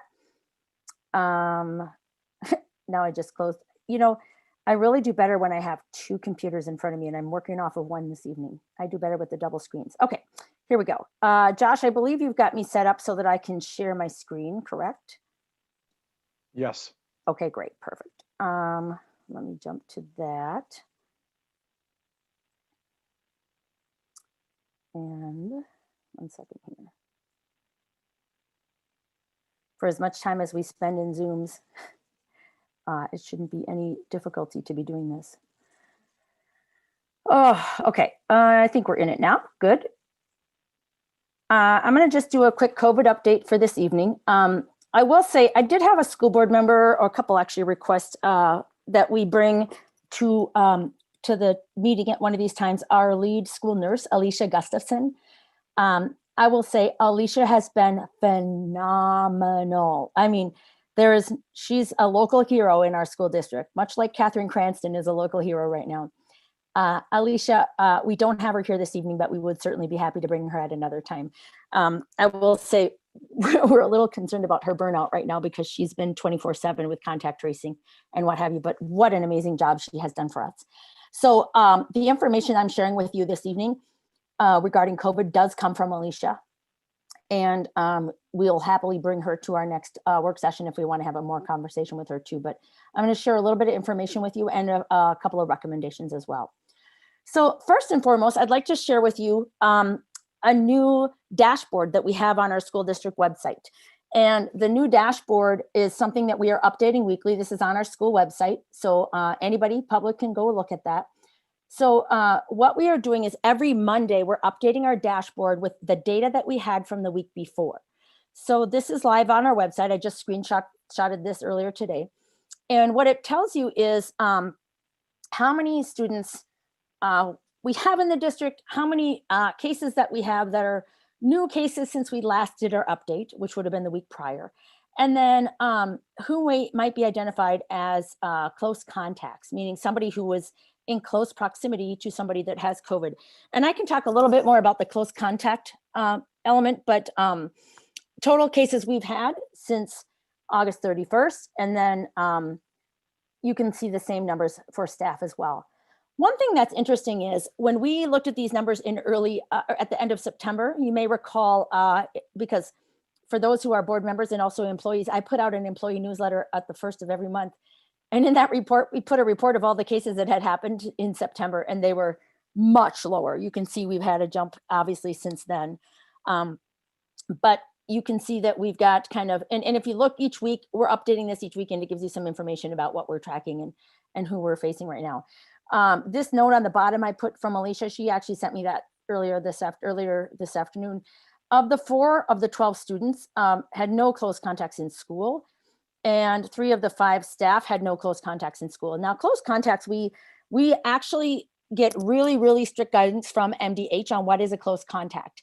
And a close contact, by their definition, is first of all, somebody who's been within 6 feet of proximity to you for more than a total of 15 minutes. And it could be intermittently 5-minute increments in that day. But they've also said to us, they want us to identify close contacts. So even if a classroom is set up where everybody's 6 feet apart, And even if there are some people who sit 8 feet away, like everyone's 8 or 10 feet apart, whenever somebody is identified as a positive COVID case, they want us to identify whoever is sitting in the closest circle of proximity to that student as a close contact, even if they were more than 6 feet apart. And so what it does is it often has us identifying a bunch of people who need to then go home and be quarantined as well, because they're now identified as close contacts. It's been a lot of work, a lot of contact tracing. In addition to Alicia, we've hired 2 full-time nurses to help us with just contact tracing. A lot of work, and not everybody's thrilled to be told you're a close contact and we need you to self-quarantine at home. We've definitely had some pushback from it, but I will say what's been pretty amazing is how much we've been able to stop the spread when we do that. And of course, we're only following guidance from the Minnesota Department of Health in doing so, but we've definitely been paying close attention to that. Another thing I'd like to share, oops, no, it's not moving forward here. Okay. Another piece of data, you've seen this chart from me before, it's not new, but this is basically, I truncated it. The full length is at the link is at the bottom of this slide. So I truncated it. Basically, you can see from my cruddy cutting and pasting here, my truncating it to eliminate all the other counties, just so you can see it bigger. Because if I showed you the master list, it would be really small font. This is the guidance, as you recall, from the State Department, and this is dual guidance from the State Department of Health and Education, is that they want us to consider if our case rates, this is the county level 14-day rolling case rate per 10,000 people. If it's under 20, they say elementary could be in person and middle and high school can be in hybrid, but above 20, they want both in hybrid. We've been, as you can see, kind of flirting around that 20 line for a while. What has been really news catching this week, and you've all seen my messages about this, is that you can see in this latest data, and again, this is 2-week lag. The Minnesota Department of Health has a 2-week lag on their COVID data. In their most recent data that came out, and it comes out every Thursday. So last Thursday afternoon, we got this latest data point that shows Washington County has now crossed over the line of 30. Now, if you go back up to 30, it says middle and high school are supposed to go back to distance learning. Now, they've told us this is a data point, something to be thinking about, talking about. We also had to take a look at, okay, but Ramsey County's not. We've had some conversations among our building leaders. We really have a lot of students that cross over Ramsey and Washington County because we have both in our district, and it's very hard in our school district to really separate the two and make a decision for one county and not the other, because even if we did so based on where the school boundary lies, it doesn't affect the fact that there's a lot of students who cross over that boundary in their attendance as it goes. So this is a 14-day, this is a 2-week lag, by the way, from the State Department. And the reason they have a lag, we've been told by epidemiologists, is that what happens is they need to take a look at, we can look at the current data, and I'm going to share that with you in just a moment. But the current data doesn't factor in errors that might exist or things that might change in the final count. For example, somebody could take a test in one county, but they don't actually live there. And so they might in the initial count be a case triggered in that county, but they don't actually live there. They drove there for the test. And that's part of what the health department tries to do, is sift and sort what's real data for that county and what's not. And so that's part of why they have a lag in their reporting. And I know they've looked at how can they speed this all up a little bit, but I will tell you, the official count and what everybody looks at and what is officially published is this link. And if you look at this link at the bottom, that's the link everybody's looking at for their current counts. That being said, we do hear, and you often hear about the reports that come out of our State Health Commissioner, Dan Malcolm, every day reporting how many new cases we have that particular day. And so we do look at that data, and it is current real-time data. However, it's not official, so we typically don't publish it, but it is real-time data. And I will tell you, we look at it all the time. And among our superintendent groups, we refresh to look at that number all the time. And I am going to share a little bit of that data with you. There's actually a researcher at the University of Minnesota on the faculty there who has put together an app, a database, and I have a link for that too. And it does show real-time data, but it's unofficial and it's not what the official count is, but it gives us a really good preview of what's to come. So here we go. All right. So this is the unofficial future COVID projection for Ramsey County. And I put in here, the source is this Professor Wolfson, who is a statistician at the University of Minnesota, and he has created this basically app, a database that I will tell you everybody is looking at, because he is not only recording what actually comes out in the news or like in that day's actual official count. And as you can recall from the last slide, the last data point we had was through the 10th of October, right? So if you look at this slide, he has, and you can put in any county you want. I just screenshotted for Ramsey and Washington County. In that, you will see that our last official count was this October 10th date, right? So Ramsey County was not above 30, but you can see from the current data that has come in since then, and every dot is a day. In that, you'll see very likely the next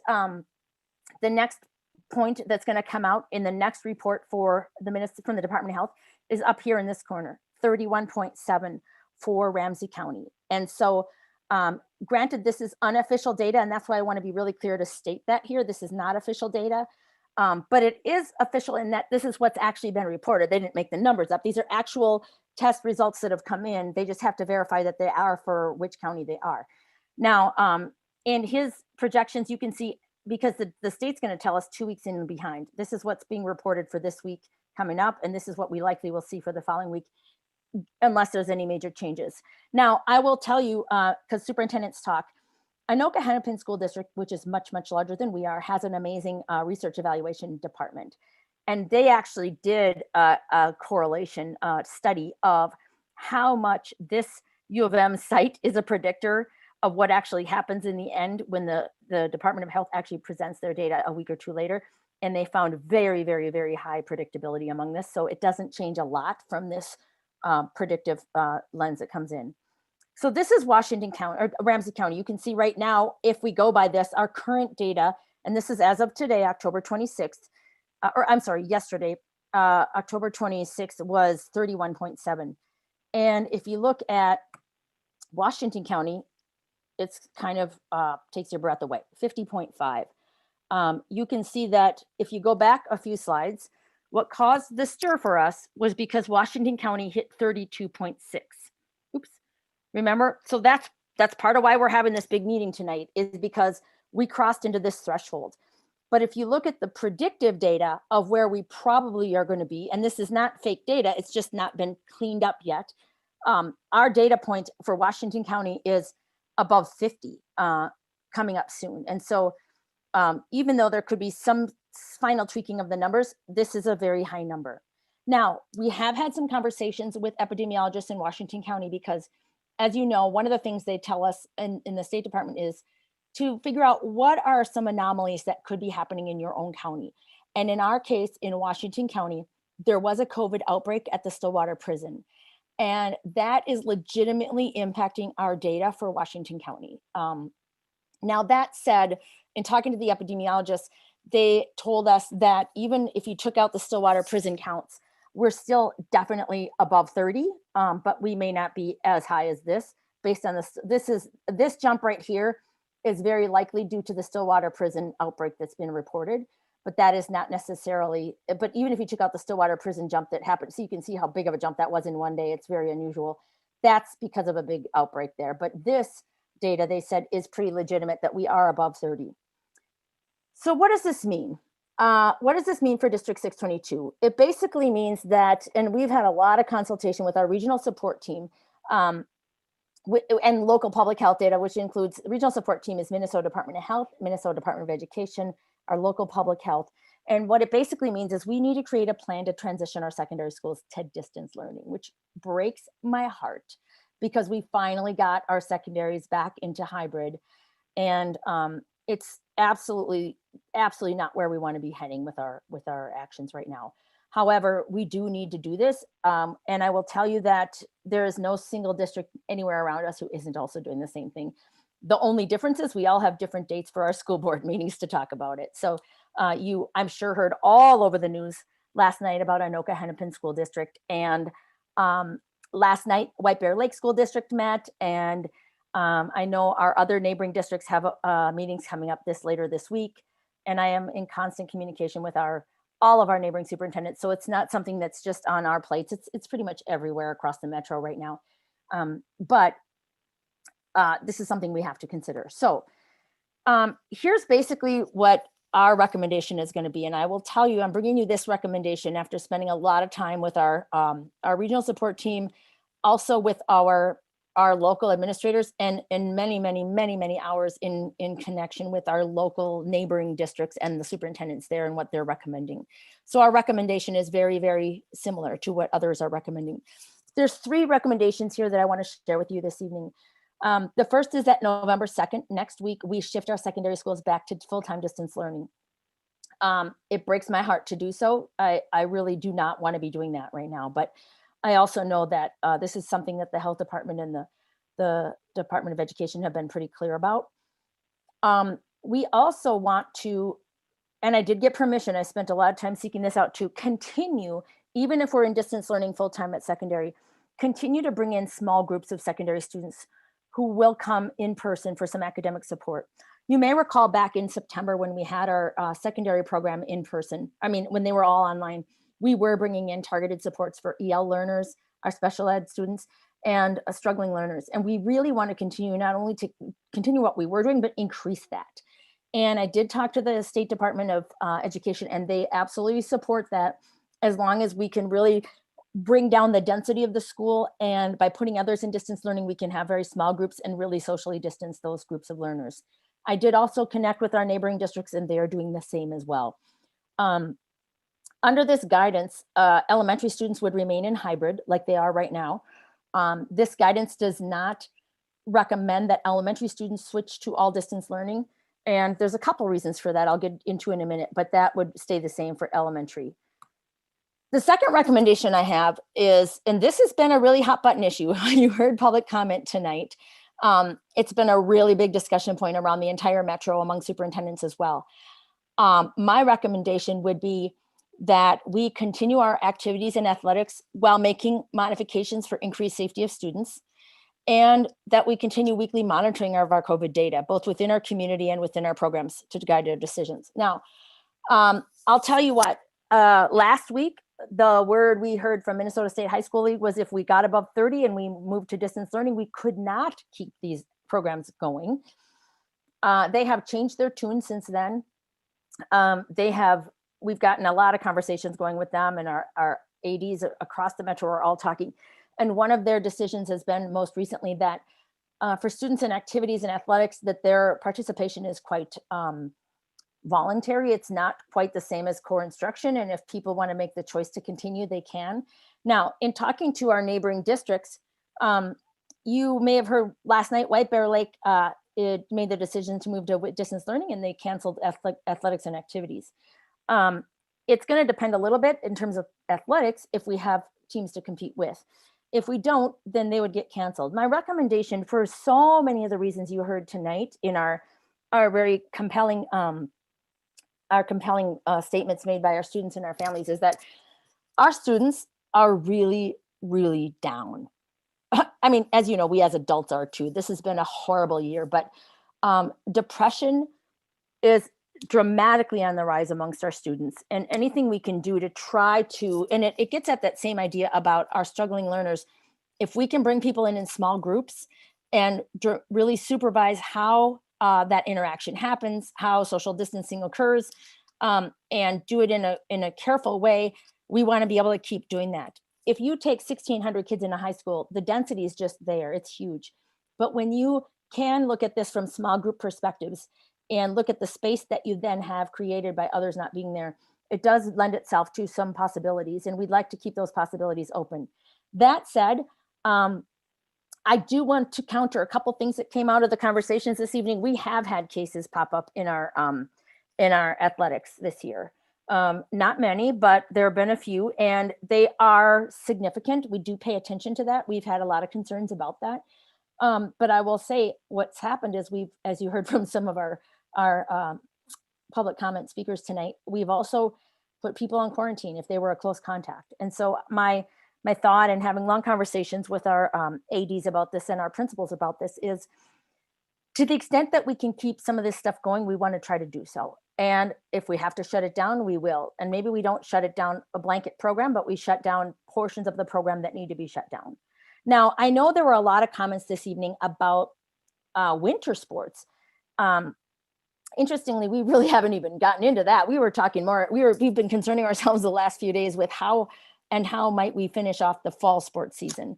And so I will just say, our goal is always to have kids in school. If they can't be in school, I'm not opposed to people being in athletics. Some people say, how can you justify athletics if you don't justify school? Well, I do think there's a density question, right? So if you can have small numbers versus the packed hallways that schools provide for in-person learning, there can be a justification for something different there. I also think that outdoor sports can lend themselves to some of that as well, or big open spaces, if you're even in a gymnasium, is a little different than in closer quarters in a classroom. So with that, this is our recommendation. I'm making this recommendation with very extensive collaboration with our principals, our high school principals, our ADs, and with some neighboring superintendents as well. Although we're all a little bit on slightly different pages, but part of it is just trying to figure out what will be allowable from the Minnesota State High School League, because I will tell you, some of the messages we've heard have changed literally since yesterday. So, but the message today is that it can be, unlike the school decision, we've heard pretty clearly that the Minnesota State High School League is willing to have some flexibility and decision-making at the local level on this regard. So that's why in this, I have that recommendation as well. Couple key questions I want to tolerate. Why would we transition at 30 and why only secondary schools? So 30 is an arbitrary number, and the health department will tell you that's an arbitrary number. But what they do say is that that's an indication that there's a broad community spread happening with COVID. And for them, it really is about, that's a place, it's basically a stop sign to stop and think and rethink how we're mitigating the problem. And 30 is at a number much higher than we have seen ever in Minnesota. And I will tell you, it was pretty surprising to get there so quickly. I guess not really surprising. We've all kind of expected it. I guess what shocks me more is where we're headed in the next couple of weeks after this. Why only secondary schools? Well, one of the main reasons, there's a couple of reasons for that. At the secondary level, students have many more transitions in a school day. They switch classes up. They don't stay with one teacher the whole day. They go down a hallway. And even though we put many systems in place, if you've been to our secondary schools, you'll see all the one-way hallway signs and the tape on the floors and all that. But at secondary, kids mix and mingle at a whole different level than they do at elementary. At elementary, we're able to really isolate a pod. If a student were to test positive, which they have, we've been able to isolate that pod, separate that pod, and it's not had a broader impact. At secondary, because of the interaction that happens and the mixing up of courses during a day, there's a lot more interactivity, and it's a more densely populated space in a secondary environment. The other reason is pure educational. If you think about who can better handle working online, it's our secondary students. Our elementary students are really struggling to be independent with distance learning. And we want to take every possible option to keep them in person and do everything we can if we have to try to keep them in person before we have to make that switch. That said, if our data really jumps above 50, I tell you, we're going to be having to do the same for elementary. So we're watching that number very closely. Couple things, like if secondary schools have to go back online, how can we justify bringing students back in for support? It gets back to that same point I just made. It's about density and ability to socially distance. When we only bring in small numbers, whether it's for academic support or activities, we can dramatically improve social distancing and create a lot more space for people to spread out and take away that density factor. And that is exactly why we're able to consider doing that at the secondary level. Someone says, how can we justify keeping athletics going when we're not allowing students to attend school in person? Very good question. I think it can, at face value, seem like kind of flying in the face of logic to some extent. But I will tell you, and you heard it tonight, there are so many students struggling with mental health. I've got a high school senior myself in this house right now, and he is really struggling with the mental health of this COVID situation. It's anything we can do to keep students connected in some way, safe way, we want to do so. And I will say that we believe that we can continue this path and try to keep people socially distanced and engaged. And by activities, I shouldn't just say athletics, it should be activities too. We're trying to think of creative ways to keep show choir going, keep drama and theater going. How can we do it safely? And I will tell you, we've got some pretty amazing and creative teachers and coaches and mentors out there trying to figure out ways to do that. at the same time, we will have to monitor every single week and shut down whatever parts of the program we need to shut down. And believe me, we will not hesitate to do so if we feel like if it's risky.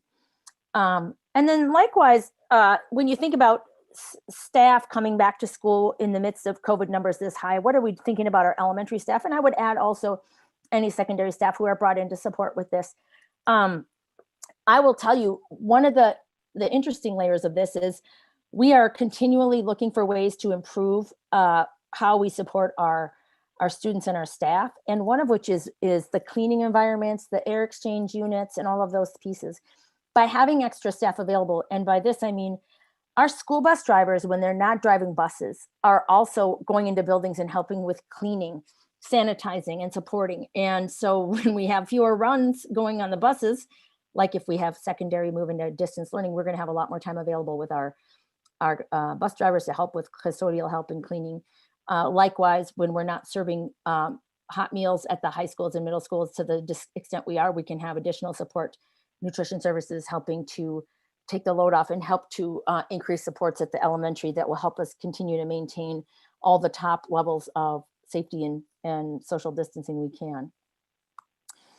I just want to talk a few things. I already just mentioned a few things like this, but the PPE, the masks, the gloves, the face shields, there is some research coming out that talks about how schools really are one of the safer places for people to be. You may have heard recently, I've been really obsessed with the story about airplanes. There's some really interesting research coming out that airplanes, since the mask mandate went into place, have actually become a lot more safe places to be. So we believe that our schools are safe places to be too. And I think if you keep track of our COVID dashboard, we're incredibly proud of the ability we've had to stop the spread when we do have a case. I mentioned to you the cleaning and disinfecting. It's at an amazing all-time high level of cleaning, disinfecting that happens all day long in every space. And that's been incredible. The social distancing efforts that have been put together by our teachers. I think I shared with you earlier in the year, a teacher had put together a PowerPoint presentation on how to figure out how to socially distance your classroom setup. The COVID triage in the health office, this is actually a link. I won't get into it right now, but our nursing department and under Alicia's leadership has really put together incredible guidance for what happens if somebody has some sniffles and shows up in the nurse's office. And the contact tracing, oh my goodness, the hundreds and hundreds of hours have gone into contact tracing and really clear guidance on that. And I'm not going to get into all this right now, but I'm just going to share with you that this document that most recently updated, this contact tracing document, there's incredible steps that go into all the pieces of this with links for how to do it and all the pieces that are in place. And so I just want you to know that this incredible, our incredible team has put together some pretty clear guidelines on this. Next, I want to just kind of remind you, we've had some questions about what have we been doing to get stakeholder input along the way. And actually, I realize this is not entirely comprehensive, but we did a lot of different surveys along the way since COVID started, and we want to continue to do so. We've had a couple of virtual town hall meetings. In both of those environments, the virtual town halls were really not as much of a general feedback, but more of a Q&A before we moved to a different model. But I will tell you, we've been looking really closely at this. We were just about to send out a secondary survey about how are things going when all of a sudden now we're changing the model again. But trying to do a lot of input gathering every step of the way before we make any new decisions. A couple of staff groups that have been really, really important for us this year, our COVID response team. Our COVID response team includes membership from our clerical group, from custodians, secretaries, food service, school nurses, teachers, principals. It's a very incredible group of people. Our own board member, Ben Jarman, sits on that as well. And we've met 16 times since July. Right now we have that set up at a weekly meeting. Our quality steering committee is a collaborative team that includes members from our NSPMOEA, our teacher union, as well as school building administrators and cabinet. And that group has met 10 times since July. And those tend to be even a little bit longer meetings than the COVID response team, but those are more focused to some extent on the instructional model that's underway. We've just now this week started to set up a couple of big teacher working groups we want to work with this next coming week to kind of take a look at what trimester 2 is going to look like for us. The invite already went out for our elementary group with a first meeting this Thursday. We actually had a secondary meeting scheduled, and then pulled the plug on our invite initially because we were like, wait a minute, we might be having to change models here. So that invite is going out, but we're going to be really problem solving. How do we provide additional support for struggling learners? And the other key question that's been posed to this group is, how do we prevent teacher burnout? Because people are having to do a whole incredible different amount of work than they've ever had to do before. And how do we problem solve? How to help us work smarter, not harder, but yet how do we increase our interventions, our supports, our wraparound services for families and students at the same time? And I believe we can come up with some pretty creative ideas. I've already heard some amazing suggestions from folks about that. So with that, I'm going to stop sharing my screen and turn it over to you for comments and questions. I know this is very much part of what everybody wanted to hear about tonight. What are we recommending? So the long and short of it is we are recommending that we move to full-time distance learning at the secondary level. And we're recommending that we maintain activities and athletics to the extent that we're able to for right now. So comments, questions, thoughts, ideas?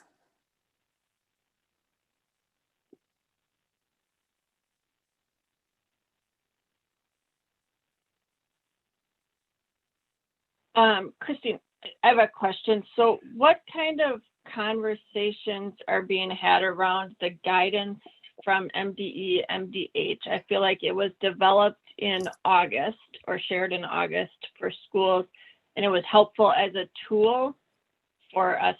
You know, that guidance was helpful. However, since then, I feel like there's a lot more nuance that isn't considered. You know, for example, like you shared, when there are prison outbreaks or nursing home outbreaks, that all goes into our numbers, but yet we're being asked to use these numbers, and it doesn't make a lot of sense. And we do have better data nowadays with the schools reporting with the outbreaks in the schools, as well as like the school data that 622 is posting. Mm-hmm.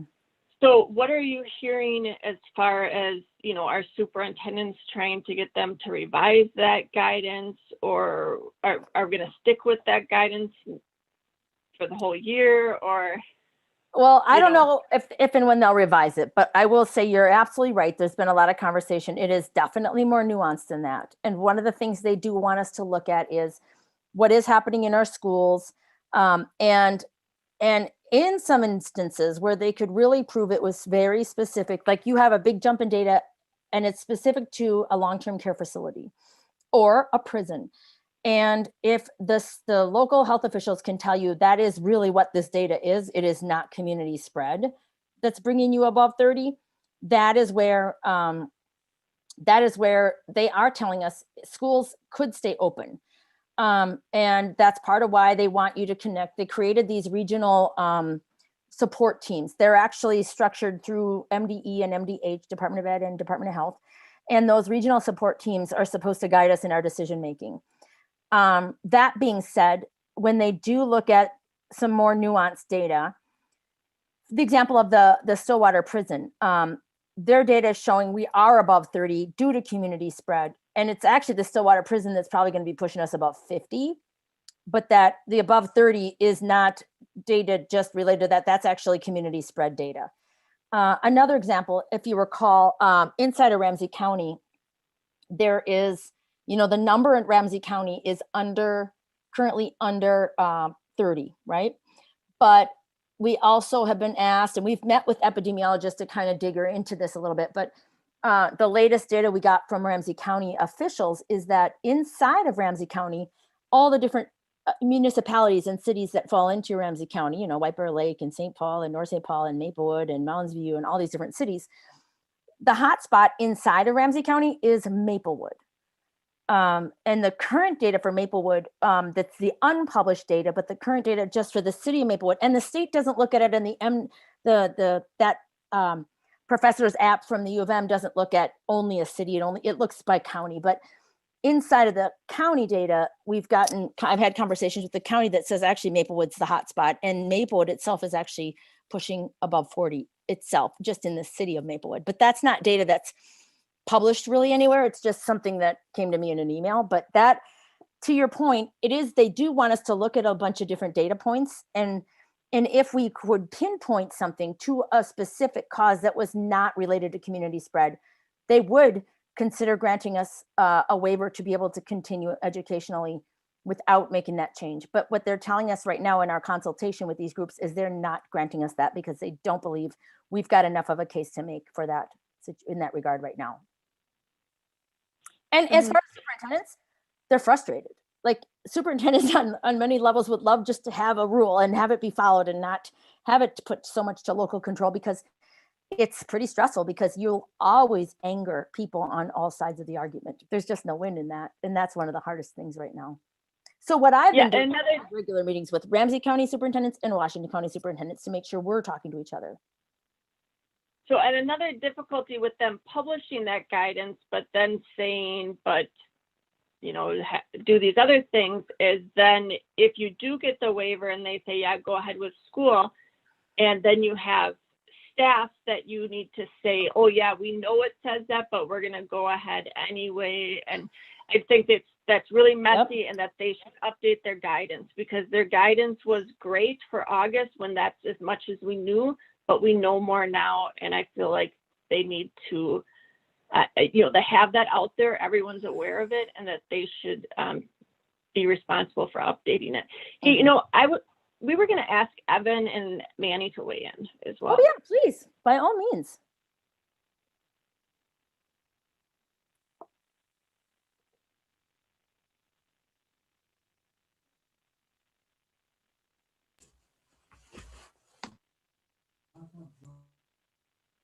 I think since I presented first, I'll let Manny weigh All in right, first. Okay. Yeah. As for what specific issue do you want me to, like, extracurricular activities continuing, or Either one, both. How do you feel about the Okay. presentation I just gave? This Okay. is your time to give real honest feedback. That's what we want to hear from you. I think, well, of course, a lot of the decision is in the hands of the Minnesota State High School League when it comes to continuing like sports activities, things like that. But I will, through my experience through being on the soccer team this year, it really helped with all the issues that have been coming up mentally through this whole lockdown period. And I think it's a good idea to continue to try and get students involved, because it's really a great outlet to help fix these things, and they can be done safely. It's been done before through, I mean, the soccer season, it's just, I feel like it's maintainable, and it's a good way to get students to interact with other students and do it in a small environment. How do you feel about the education recommendation? I've always been sort of a more pro distance learner. I think not only I think in the first couple weeks it was done very well, and I think I'm even more in a routine now that we're continuing through this. I do agree with the elementary students actually going to hybrid. I have a little brother, and I've seen how it can be difficult through a Zoom screen to educate younger children. So in that aspect, I do support the hybrid learning model, but I think it's a good idea, and it's a safe idea to go to full distance, at least at the secondary, middle school, and high school. Thank you, guys. Yeah, I agree with what Manny said about the education recommendation. I think it's good that students who wanted to do hybrid had the chance. But I also think it's good that we're cutting our losses, and we're realizing that we're at the point of diminishing returns, and that it's just gonna become an increased risk if we continue with it. And I think talking about the extracurriculars and the sports and whatnot, I mean, I think, like you were saying, we don't really know much about the winter season right now. I definitely would encourage you guys to vote to keep it going, just because I know my brother is a sophomore. This is going to be his first season of high school hockey, and he's really excited to try out. He's been going all the warm-ups and the captain's practices and the stuff over the summer. I was talking to him earlier, and he said he really doesn't want to feel like all of that was for nothing and that he just wasted a bunch of time and to get his sport taken away from him.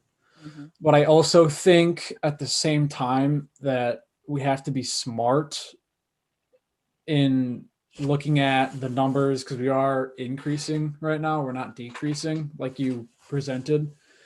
And I think that we need to be aware of the fact that it's just going to get worse now that we're sort of entering cold and flu season. And that I think if we do continue with sports, which I think we should continue with sports into the winter season, I think there should also be an understanding that if things get unsafe, that they need to be canceled. Because I know that although like a lot of people who put in public comment made a lot of good points about the fact that students aren't as much affected as older people. But I think people at the same time, they're sort of getting lost in the pedantry of it, where they're looking at, oh, well, this group of people is affected like this, and these people experience these symptoms. But I think we just need to look at it more holistically in the fact that if like a junior on the hockey team or something like that, if they do end up getting COVID, there's a chance that it could spread to members of their family who are older or immunocompromised and things like that. Mhm. So yeah, that's I think unless you guys got any questions, that's sort of I think No, everything I wanted appreciate to your say. thoughts. Yeah. I mean, I think it's important. And I just like to echo, listening to our students and their families' comments today, just really, I will tell you, we've been torn up about this. I was having conversations as recently as a half hour before this board meeting with area superintendents about what recommendations to actually make. And the recommendation I'm making about athletics and activities is not in any way because of political swaying pressure. It's actually because I've been looking at what's been happening to our students and talking to kids and families every day. And I know Troy's on this call with me and he gets the calls every single day. And people are suffering right now. Now, we have to always balance safety with that, but we are very concerned about the well-being of our students. And the social emotional is as important as academics are. And we've got to continue to, and not to mention all the things that were mentioned tonight about athletics and activities. And I want to keep emphasizing activities too, not just athletics, but it's also the drama clubs. It's also, show choir and marching band and things. If there's a way to make it happen, we want to figure out how to do so. Yeah, I agree with that. And, I think just to sort of rehash what I said earlier, I think the best thing to do right now is to continue on with winter sports, because I was listening to a lot of parents and a lot of parents and students, and for the most part, a lot of them were very reasonable in their willingness to compromise with moving back to full distance if that means that they can continue their sports. And I think that we have seen that sports can be conducted pretty safely. But I also think at the same time, people sort of do need to adopt more responsibility, because one person going to a party and then going to practice once the week starts can shut down the entire season for everybody. So I think people, if they do want to continue on with sports, I think there needs to be sort of a commitment to be able to sort of limit yourself and really focus on those sports. Because I know that's what I've been trying to do, because I would like to have an in-person knowledgeable season at some point. Doing it digitally over Discord and Zoom and whatnot, it suffices, but it's obviously not comparable to the real thing. So I think, and I know it's obviously very tough for some people to limit themselves, because a lot of parents are essential workers and are out on the front line still risking their lives and their well-being constantly.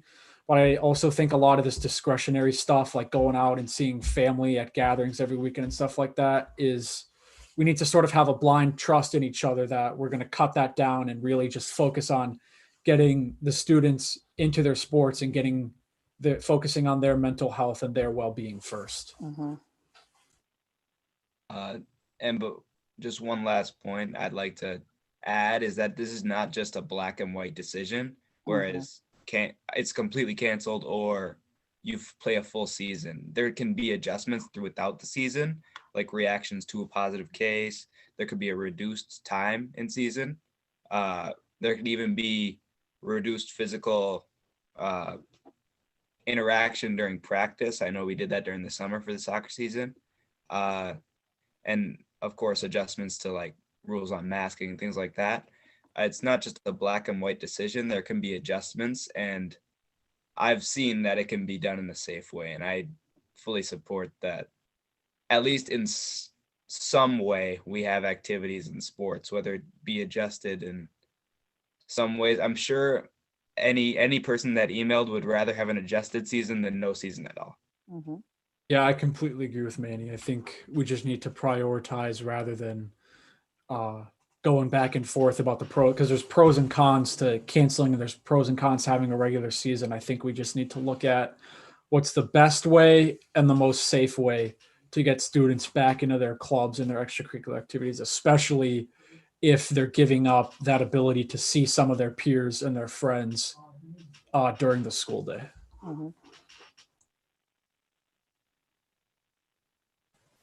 Christine, I have one question.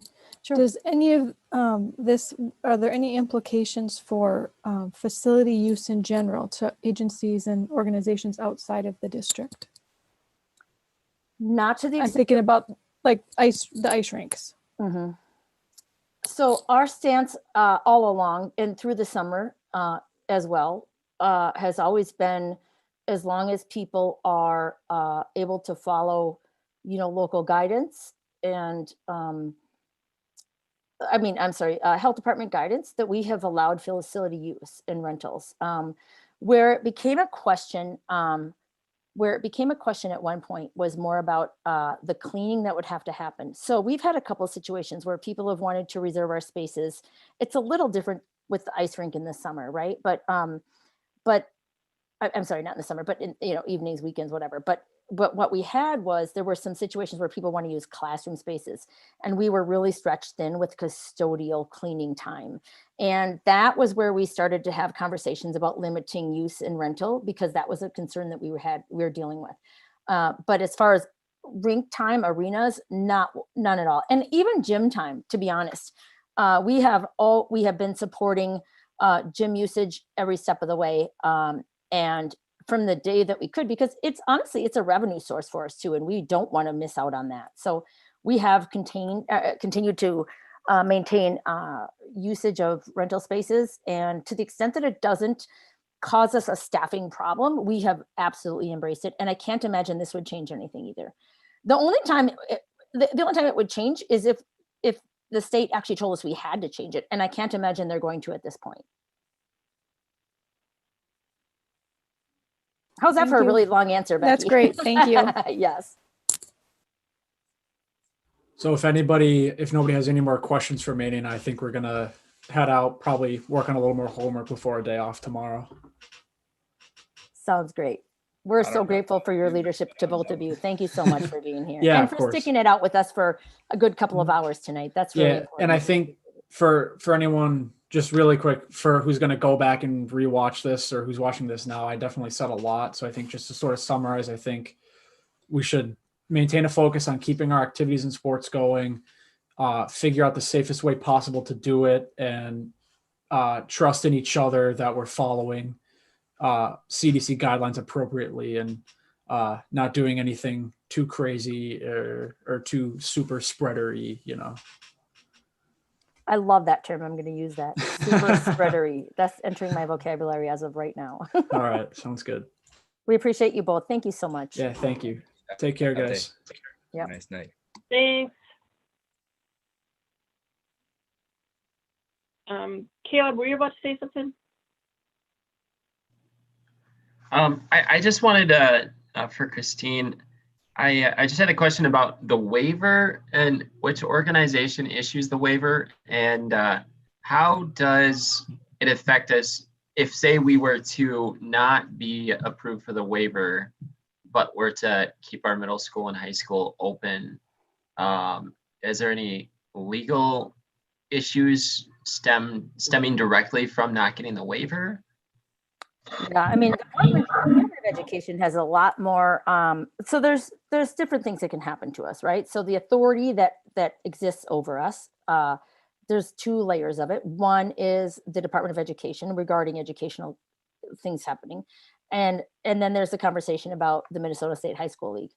The Department of Education controls our funding. So if they were to not be in agreement with what we choose, they could certainly withhold funding if they were to go that route. Now, I would be surprised if they did that, but it's definitely something that does exist out there.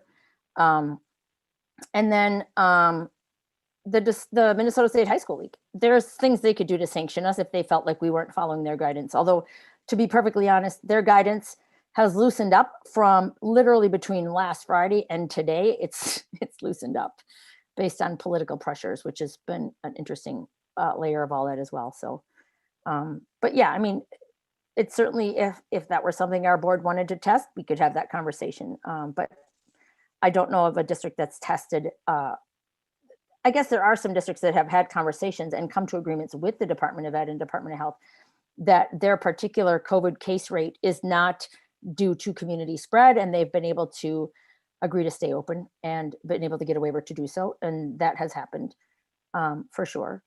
But as far as what would happen to us if we didn't do it, I don't know. I guess the ultimate threat would be funding if they really wanted to hold that, hold our feet to the fire.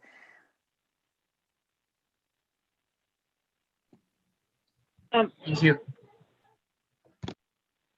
So I just wanted to say about the sports and the activities, in the emails from students, they're literally begging us, please don't take this away from me. And it means everything to them. And I feel like it's because that's something they still have. I mean, they say that's because it's the only thing we still have. So this is my connection. And, with Manny and Evan, they have activities. With my own kids, they have activities. So they still have these connections. And I guess it just makes me wonder. And, Christine, you said it's a very painful time for very many of our students. And I just wonder about anyone who's not in sports and activities, what connections do they have, and what can we do to make them feel more connected? And if we are limiting school entirely to distance learning, I mean, what are we doing for them? How can we help them?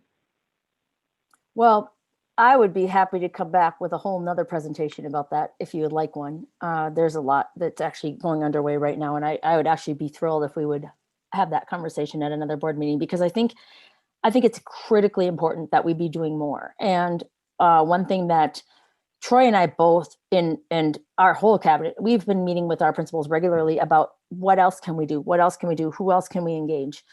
And how can we do it? Even before COVID, we had a goal in our 2 high schools. I've told you this many times before in my previous reports. We are not as concerned about whether we make it to state tournaments as much as we are concerned about 100% of our students having a connection to something that they care about.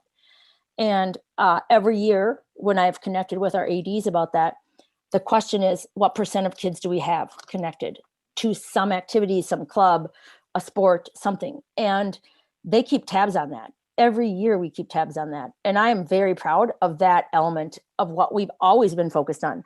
And I'm proud of our ADs because they are not even as concerned about winning as they are about every child being a member of something. But I will tell you, these times right now are incredibly dangerous times for young people. Dangerous academically and dangerous social, emotionally, and mental health wise. I hate to even use that term, but I feel so strongly about it. I really do. This is a terrible year. We've got to continue to do everything. And I mentioned in my slide deck that we're pulling together a huge, huge number of teachers to be a think tank around this at both the elementary and secondary level. But what else can we be doing? Well, also thinking about our own employees. They are burning out. They are exhausted. they're stressed, they're worried, and they care so much about the feeling they're seeing around them too. So it's not even to blame anybody, but it's to say, okay, what can we do? How can we make this work better for everybody, all stakeholders, students, parents, and teachers, and other employees, not just teachers. That's why we have our COVID response team group, which includes a weekly meeting with nutrition services, clerical, custodial, all the bargaining groups, because if we don't hear all of our perspectives, we're missing somebody's needs in this story. So, but I would happily, Michelle, bring together another report on that, because there's some pretty amazing things underway with our principals right now of how to improve this. And I'd love to have a presentation, and not even just me talking, others coming and talking about what we are doing. I think it'd be good for us to talk about and gather more ideas. Like, that's part of what we're trying to do too. And I've had some pretty interesting and amazing conversations with parents who, and so has Troy, upset parents, stressed out, crying parents. And they've also had some really good suggestions. I'll give you an example. A parent emailed me this very week talking about the screen time at elementary. And there's just so much screen time. And we worked so hard to get away from the paper packets we were doing last year to get something more interactive.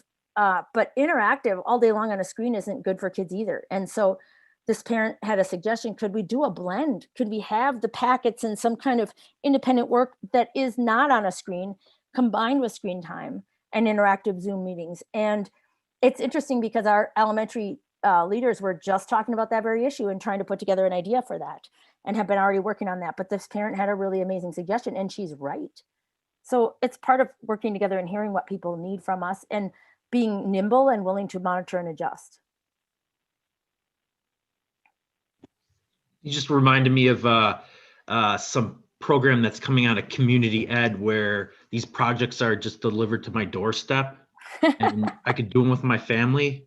I don't know if anyone knows about it, and I don't know how families get picked to do it or if you just have to sign up for it. But as far as I know, it doesn't cost us anything, and or maybe it does. I don't know. But like a couple weeks ago, there was an apple one. I just got a huge bucket of apples.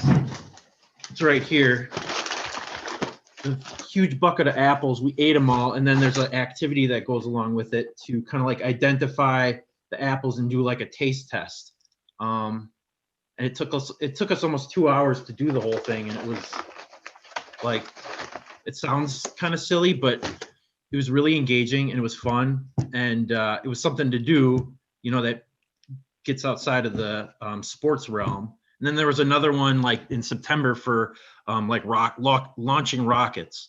So I don't know what the plan is in community ed to do that like every month, and I don't know who gets selected to do it, but I think it's awesome, and it's one of those things where it can really like just give you a taste of something else that's going on out there. So whatever they're doing over there in community ed, it's really cool. It is amazing. And I will tell you, one of the things when I came to this district from St. Paul and other, you know, just having conversations about what community ed looks like around the state. One of the things that's been so awesome about our community ed team is it's always been about teaming up with the other instructional and academic and social emotional goals of our district, and not being in a silo by itself, and complementing and supporting and being woven together. You know, in my last district, community ed director was not a member of cabinet. And here our community ed director is absolutely a member of our cabinet. And it does make a difference because it's about integrating and supporting what all the resources we have available at our fingertips.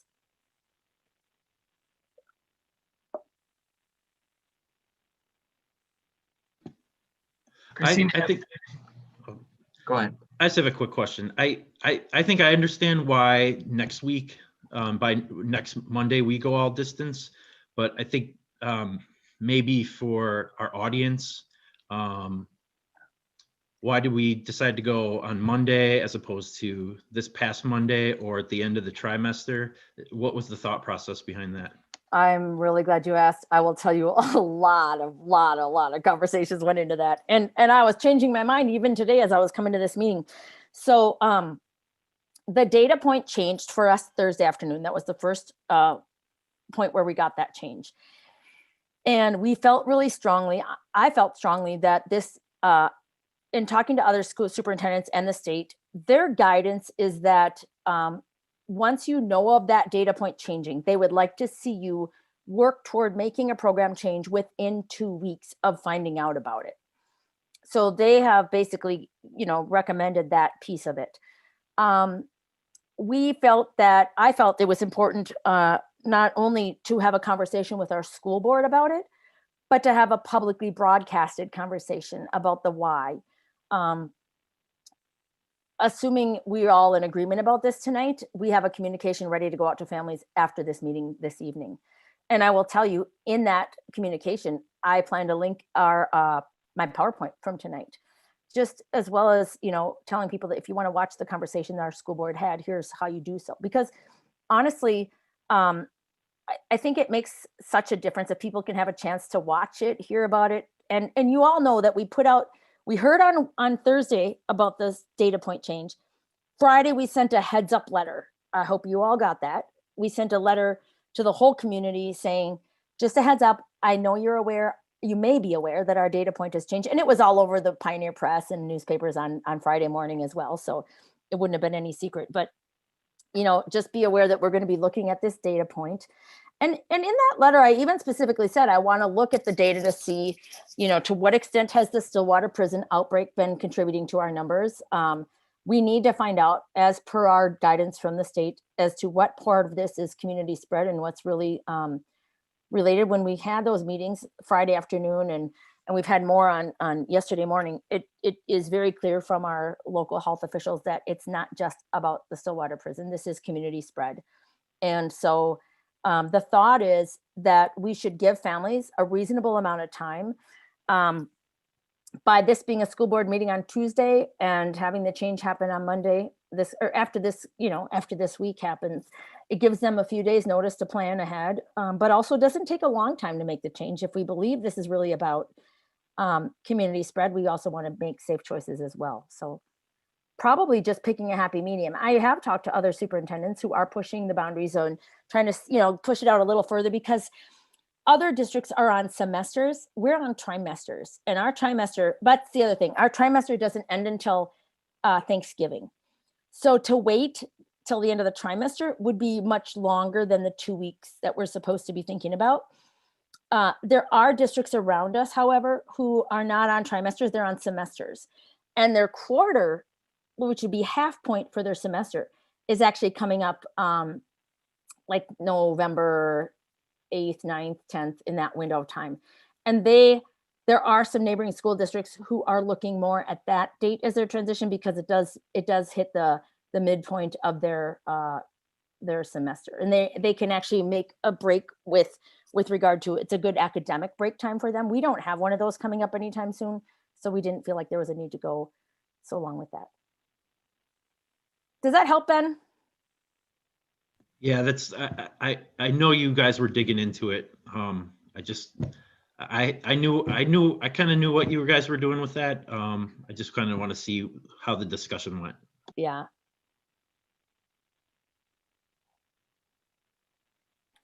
Other questions, comments? I'm not looking for a specific vote per se, but I'd really love to hear if you're okay with this plan and if you support it.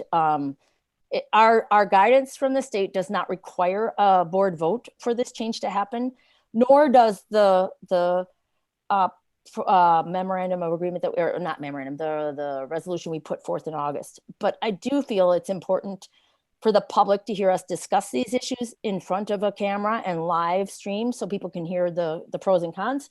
And I also would love to hear from you as individual board members how you feel about all this. I'd really like to hear from Carly. I know she's a teacher and she has kids in the district, and she's new to the board. And what do you think, Carly? Does this two-pronged plan make sense to you? The activities and the academic pullback? I think right now, I just appreciate us going through the protocol and taking it one day at a time, 1 week or 2 weeks at a time, as we said we were going to do. And then that just lets us know, gives us hope for the future. So whatever's to come, we can change and make an adjustment according to what's to come, you know, being that everything's so unpredictable. But yeah, as a parent, I understand that. My kids are in activities after school, and they do go to hybrid learning. It's a little scary, but again, it's like a day-to-day, and as a community member, I'm dependent on this board. I'm in the board, and I'm also dependent on the board and the staff and the teachers to just watch it step by step. It's like a case by case for me. It's not like the young man said earlier, it's not like a white or black, you know what I mean? So I just really appreciate this, us looking in detail for everything.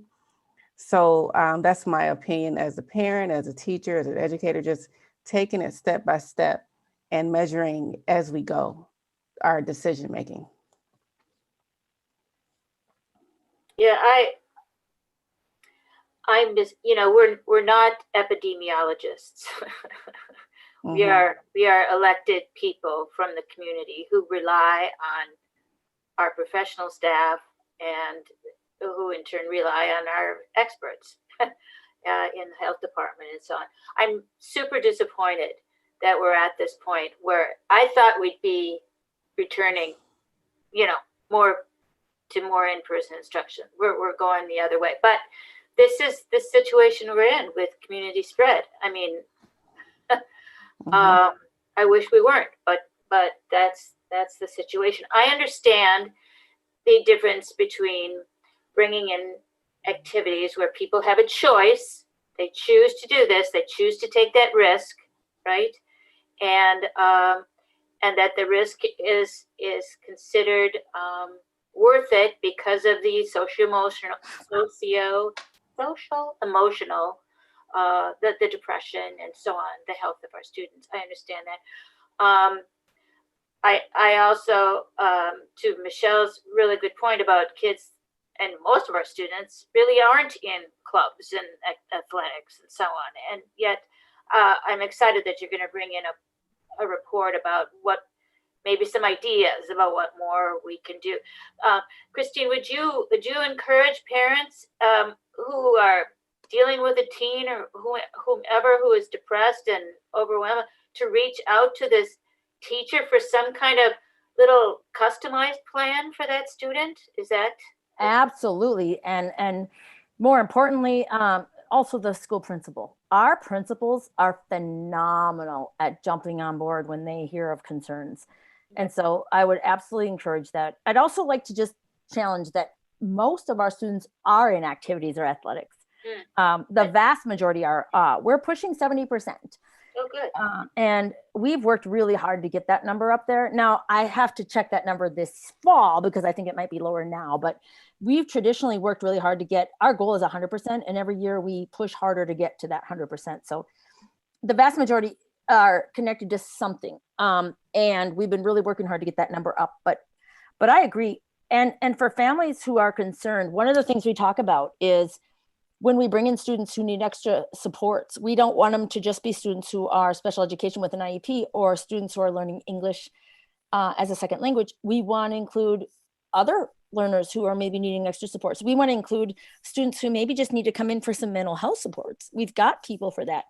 And honestly, we've added a lot of extra mental health supports to our service model. And I think we have probably far exceed some of our neighboring districts in that regard because we put so much energy into it in grants and outside funding. So we definitely, if you have a concern, by all means, email your teacher. If you have concerns that beyond that, email the principal, call the principal. If you don't feel like you're getting a response, you call me personally, because we'll dig into it. Troy, we dig into anything that, we always ask people start at the building level, because sometimes we get an email and the teacher or the principal never even heard there was a concern. By all means, start there. But we do get calls from people who say, you know what? Most of the time it's us saying, let's call the principal, because we probably have some things we could be doing for you. Well, and I so appreciate you our staff who are going over and above. I mean, this is not what they signed up for, and clearly it's just absorbing and heartbreaking. I mean, that meeting, our last meeting where Michelle read emails for 2.5 hours of parents upset, you know, Mhm. my son is suicidal, all this kind. I mean, it's just, It's so, haunting. It's so haunting. haunting. It is haunting. Yeah. I'll But- also say it. Can I interrupt? I'm sorry, Nancy. Remember how we talked last spring about Gaggle? We've got this additional service we have added to our district email server that helps us flag risky communications or Oh, yeah. students who might be at risk. I think Josh may have told me recently, and you can correct me if I'm wrong, Josh, but our flags are up 30% over last spring at least. Yeah. We are definitely getting flagged with students who are suffering. And, Yeah. and thank goodness we've installed this program. It's helped us to do so. It's one extra tool we have in our toolkit, but boy, those needs are real. It's so scary. Yeah. So, you know, once again, I'm glad that, you know, we're able to do this, you know, for athletics and activities in those students and families that are so, you know, loving that those experiences. And boy, this is all making everyone so appreciate schools, isn't it? I tell you, that's one thing that our teachers, I hope, come out of this experience that they are very, very valued in our communities, because everybody now understands what a challenging job they have and an amazing work that they do, and they're highly, highly trained. I have to say my middle son is in Australia, where they have like 5 cases. I mean, you know, they're so safe there right now. Mhm. And he told me that they don't want people to emigrate to Australia except for teachers. They really want Wow. teachers. And you know how much they pay teachers in Australia? $124,000. So I'm just saying, You're not leaving, Carly. there Don't are even parts think of the about it. world where teachers, you know, get a lot more respect, and Mhm. and maybe we're edging towards that. I don't know. I would hope Mhm. we would. Absolutely. I hope so too. Christine, do we have an idea of how many families would be wanting to switch to distance learning only if we don't go ahead with this change and we just stay with the hybrid model? Has the district received a lot of communications requests to switch over to just distance only? And Unbelievably so, yes. okay. Just honestly, I was checking on that just this afternoon with our principals, and we are now in our most of our secondary schools, well over 50% have chosen distance only, even if they have the choice to do hybrid, and in some cases even higher than that. And of those who are in the hybrid program, attendance is hovering around 70%. So take the number who are choosing distance only, and then the absentee rate. We've never had absenteeism rates of 30%, but that's just of the ones who've selected to have hybrid only. And I don't think Julie would mind me mentioning this, but Julie, what'd you tell me about your own son? He was the only one in his class in a couple of periods recently, right? Mm-hmm. Because so many have opted. And I will tell you, I've talked about this earlier in the fall. Our numbers are dramatically different than neighboring school districts. They just are. We are not in the same boat as some of our neighboring school districts. We have a very different demographic. We have different family needs. We have different concerns about COVID, and we are very, very different looking than our neighboring school districts in the percentage of students who are opting to stay home and do distance learning.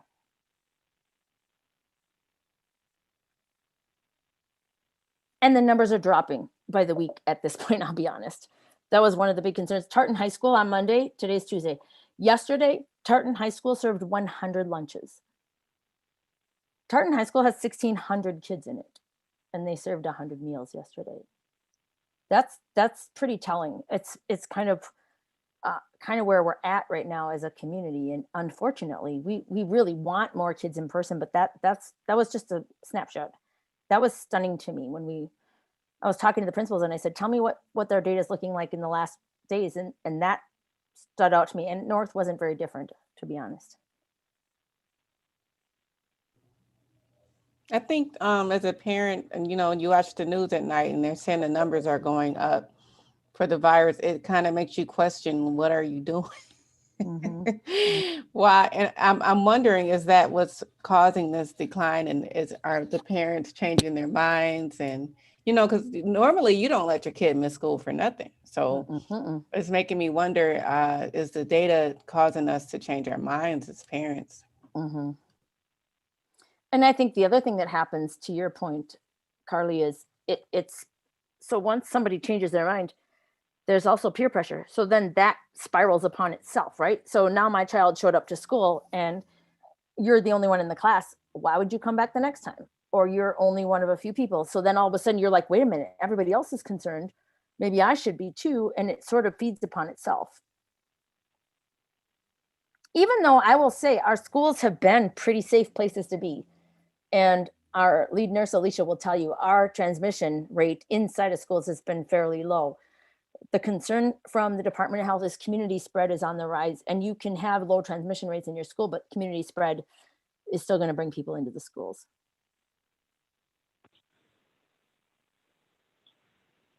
I think it would be kind of difficult to say why those hybrid learners aren't showing up. Because yes, some of them might choose based on the numbers, but I mean, we had a letter where they said they're choosing to stay home because they don't want to get quarantined from the sports team, right? Because if they go into school, the risks increase, which if true. the kids feel like their own outlet is sports, then they don't want to go for 4 hours a week to school and risk their activities that they're, that are only their only their only outlet. So I think there's some of that. And there's also, when the in-person piece is so small, I think, parents have consistently sent the message that it's not enough, and so I think that there's a lot at play with those numbers. I mean, I pulled one of my kids out of the full-time learning because it didn't seem, the in-person hybrid learning because it didn't seem worthwhile in a way, So I think there's a lot of things happening there. I think for so many parents, and myself included, we need to get the kids back in school. And I know that nobody wants to hear that right now with the COVID numbers. I get it. And I'm not saying we need to get them back in school today, but we need to figure out a way. My concern is, among my concerns is the schools who have been in person every day all year long, and they don't have outbreaks, and the kind of Say more about that. overly, well, they're not reported in the data. I was going So to say, we've got some different information coming at us, but that's another conversation. Well, it's the information published by Minnesota Department of Health that shows the outbreaks. If there's 5 or more cases in a school, they publish it, and if the school there calls, are very few schools there, including none in our district. If the school calls and reports it, because I will tell you, we've had actually the Pioneer Press has called us asking us to comment on a school located in our district about what's happening there, and we have not felt like it was our place to do so. But I'm telling you, there's more to the story. We got a call just yesterday, a very upset parent trying to make an anonymous complaint about a school, private school in our district boundaries, and concerns about COVID. So I want to just really, really challenge that. Because you don't see them in the news does not mean it's not happening. And we've had parents calling us in tears, hoping we can do something about it, as if we oversee those schools somehow. And I will just tell you, there's a lot happening behind the scenes that we are trying to, walk a political line with, but we've had some pretty, and I'll tell you, Tricia and who oversees our school nursing team, and community ed, who oversees our non-public school nursing team, have probably some pretty different things to say about that. I just want to be careful not to put that message out there. I'm just gonna challenge that. Yeah, but there's the public perception. I mean, we have the tools out here as members of the public, and I feel like as school board member, we're representing our, you know, constituents, and the information that is out there that is meant to be our guidance is, you know, we're relying on that. And if, you know, families are consistently telling me they want their kids back into school, very consistently. And, you know, the parents who don't want their kids back in the schools, they have the option not to. You know, that's never been a question. We've never tried to force anybody into a school building. But the parents very consistently, and I'm sure throughout the country, right? We all want our kids to go to school. But I feel like something has to change with this, the approach to how we're evaluating this data, or our kids aren't going to end up back in school for the whole year. And, you know, if I saw outbreaks in the school, like significant outbreaks, if they're posted on this website, if they're posted on our website, I would not argue for our kids to go back to school. But until, you know, there's actually outbreaks, it's really hard for me to be super supportive of this approach. And I honestly feel like MDE has a responsibility to improve their guidance. I think it's kind of outrageous that they haven't made any tweaks to it since August when they released it, even though they know we have additional information. And, you know, there's all kinds of additional research about that schools are not super spreaders. And I'm not sure that it's useful for us to continue to treat schools like super spreaders. I mean, our kids are hurting. And, you know, at the same time, there's a lot of kids around us who are going to school every single day. You know, it's a struggle, and I'm not trying to make things harder for us than they need to be, but I also feel a responsibility to speak up for all these families who are contacting us and telling us this. You know, it's real hard. I'm not quite clear what you're advocating for, but I'd like to just put on record, I'm not in favor of closing schools. I'm doing what we're being told we have to do. I do agree, 9 private schools in our school district adds a lot of pressure to us locally that other districts don't have. 9 private schools that don't have to follow state guidelines, and 9 private schools that have a whole lot of different approaches to how things are being handled. And yes, there are some families who will compare ourselves to those 9 private schools. I don't disagree. I don't believe kids not being in school in person is the right answer necessarily either. I also know even when we have had some hybrid opportunities, we're not seeing a lot of people showing up. And I think it's for a variety of reasons. One of which is they're like, if we're not going to have more time in person, what's the point? I totally get that we could probably change that by having more time in person. I also know that we, as I mentioned last month, have a real different and unique issue in the sheer number of families of ours that are opting to not come in person. We have very different demographics, and our demographic groups are asking for something different. And all I'm going to say is, all I'm going to try to do every month is come to you with the best recommendation I have based on the conversations and the planning and the meetings I'm having with all the stakeholder groups I can possibly do. But if you have a board have a different recommendation for me, let me know. Yeah, Christine, to be clear, I don't have a different recommendation for you. And I do appreciate all the work that you're doing. I just feel like some obligation to be very clear that there's a perception out there that parents are consistently sharing with me. And it's kind of at odds with, you know, moving to distance learning. I agree. And I don't disagree. And I think you get to voice your opinion, and you guys get to make your recommendations as a school board. That's why I brought this to the board before making a final before making any difference. I could have made a decision without the board, but I don't feel like that's the right thing to do, especially in these times. Have we heard anything on a state level? Because I like the point Michelle brought up with the state level tweaking. You know, have they, as we change with time, you know, every 2 weeks, have we heard anything about them coming up with anything that may change? No. I'll tell you what, the state is getting beat up for every decision they've made. And, you know, when you have publicly elected officials, there's always going to be an interest. I'm just speaking as me. There's always going to be an interest in when the heat gets high, pass the buck to somebody else. That's what's going to happen. And I think there's been so much pressure across the state because school districts are different, and there's a lot of pressure from greater Minnesota to not be treated like the metro, and people have different perspectives on that, and elected officials are very much suffering from fatigue as well, is my stance on it. State workers, including those who work at the Minnesota Department of Education, have now been told they don't have to report to the office or work in person until June of 2021.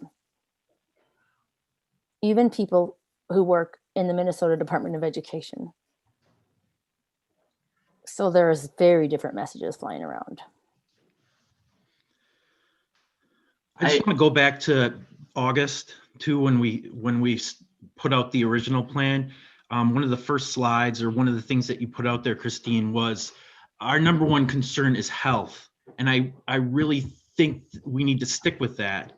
We don't have a cure for COVID. There is no cure right now. There are people working on it, but there's still so much we don't know about this. So we're really playing a really challenging game of chicken here by taking these baby steps to go back into hybrid mode, or to make any decisions that can put anyone's health in jeopardy. What might work at one household might not work at another household. And at the end of the day, it all comes back down to the health of our students and the families in our community. And we have to remember that, because at the end of the day, we can go up and play that game of chicken with COVID, but COVID's gonna win because we don't know enough about it.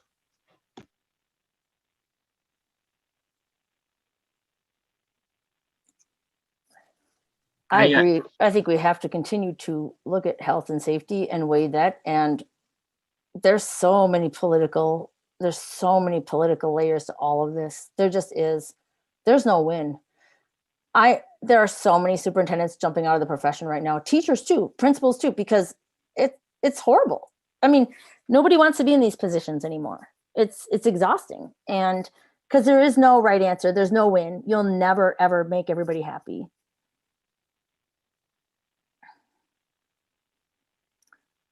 But you're right. It is about how do you make the best decisions you have with the data that you have. And I don't know. I would really love to hear from Steve. We haven't heard from you tonight, Steve. I'd love to know what you're thinking. And Becky too.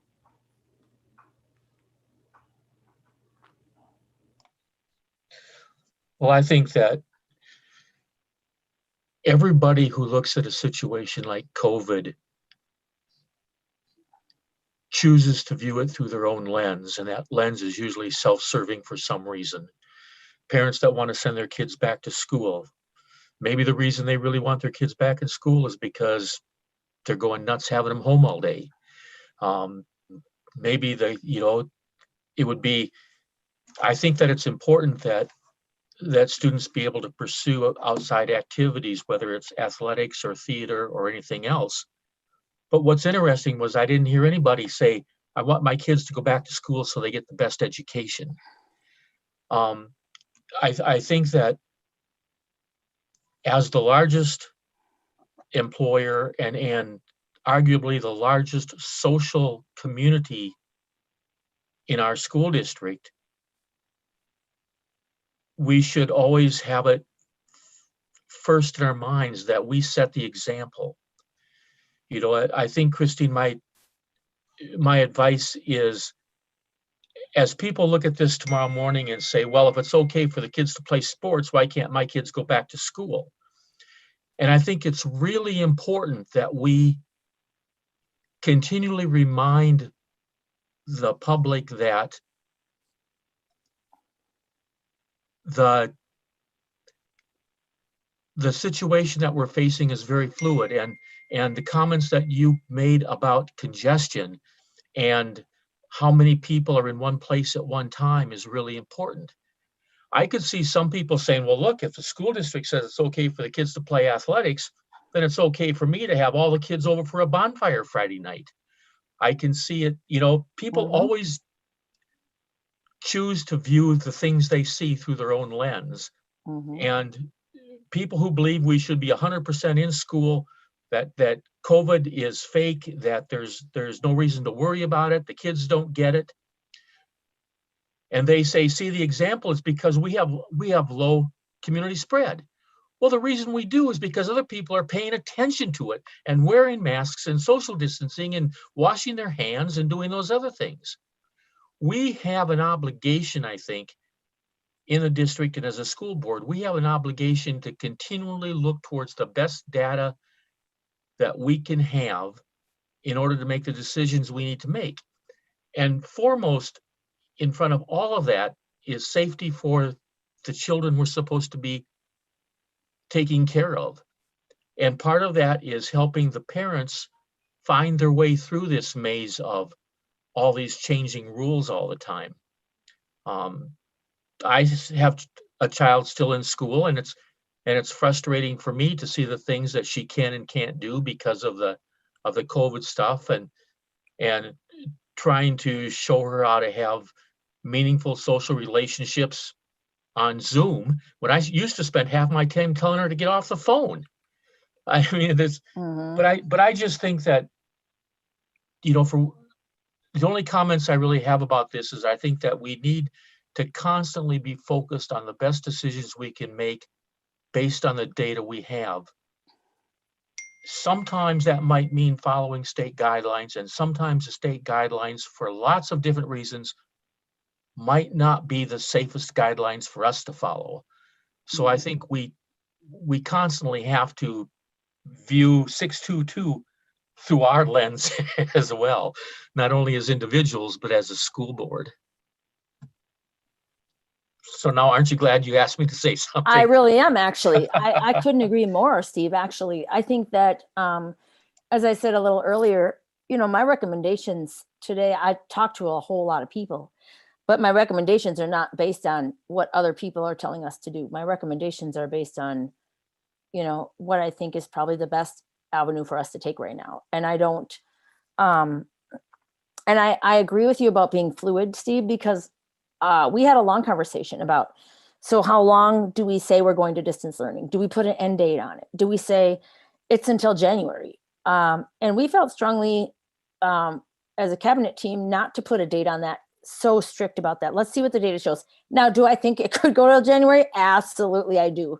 I think we're going to be looking at data for a long time to come. I think short of a vaccine, we're probably going to be looking at this issue ebbing and flowing for quite a long time to come. But we, as a cabinet team, felt strongly that we needed to kind of take this in periods of time. And I think the first period of time is from now until the end of the trimester, which is that Thanksgiving break. After that, we have to probably look at that chunk of time from those few weeks after Thanksgiving until the winter break. And then take it in chunks of time, but not make a decision, a blanket decision, certainly not for winter sports. I mean, we don't know what could be happening. And I don't want to give the impression that we're going to just make blanket decisions without using data. But I agree, it's got to be a fluid situation. And all I can say is my recommendations are based on what I think is the best avenue to take at this time, and it could change. And I'm open to feedback about it too. Well, I'll just say that I'm glad that Steve spoke up first, because he said far more eloquently a lot of the thoughts and things that I had jotted down about all of this. And I mean, pretty much what everyone has said, I can relate to, get behind, focusing on the data, really the safety and the health first. And I mean, I think that really we put our trust in everyone who's making these decisions and the information that we're getting. And I trust that you guys have, Christine, I trust that you have really vetted this, that you've talked to all the people. I feel like we're making a very informed decision. And for me, that's important as well.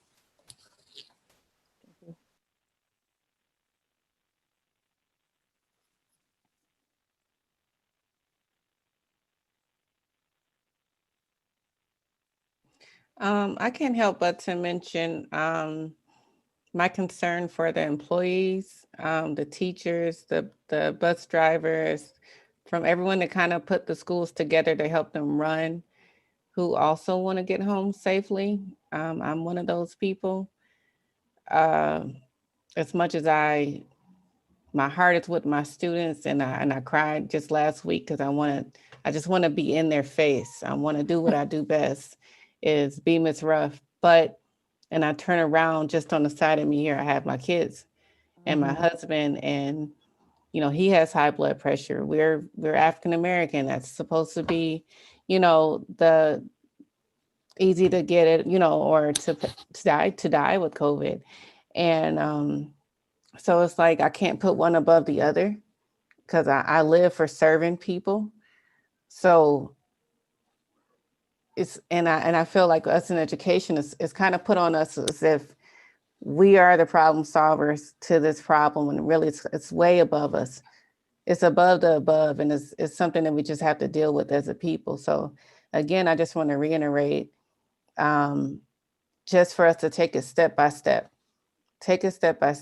and I'm okay with that, riding that train, knowing that you're looking at it with all your lenses and taking it one step at a time, engaging it from there. I'm with that. I'm on that train. Thank you, Carly. And I think it's important to gather diverse perspectives as well.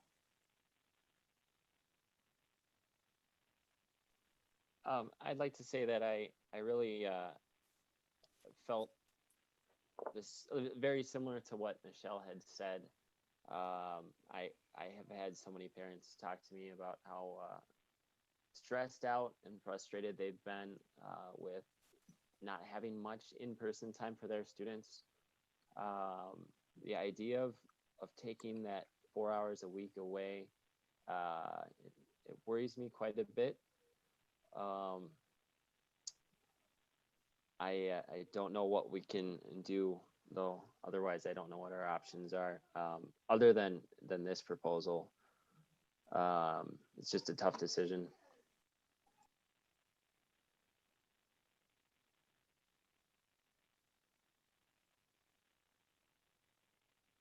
Well, just to be clear, the state's pretty clear with us that they absolutely believe we need to be moving to distance learning at secondary. That's not just coming from me. That's actually the state. And every district around us is following suit in that same regard. Because I've been in meetings with all of them, but I just want to remind people of that piece of it. Well, and another comment that I'd like to make is that the answer to getting all of our students back to school is to slow and control the community spread of COVID until we have a vaccine which is safe and reliable. Mm-hmm. And as long as the community spread continues to go up, we're not going to meet those needs of getting the kids back into their social groups and their classrooms, and allow teachers to do the jobs that they do best. So we have school districts, I think, all over the country have sort of an obligation to make sure that their communities are aware that we need to control the community spread of the virus.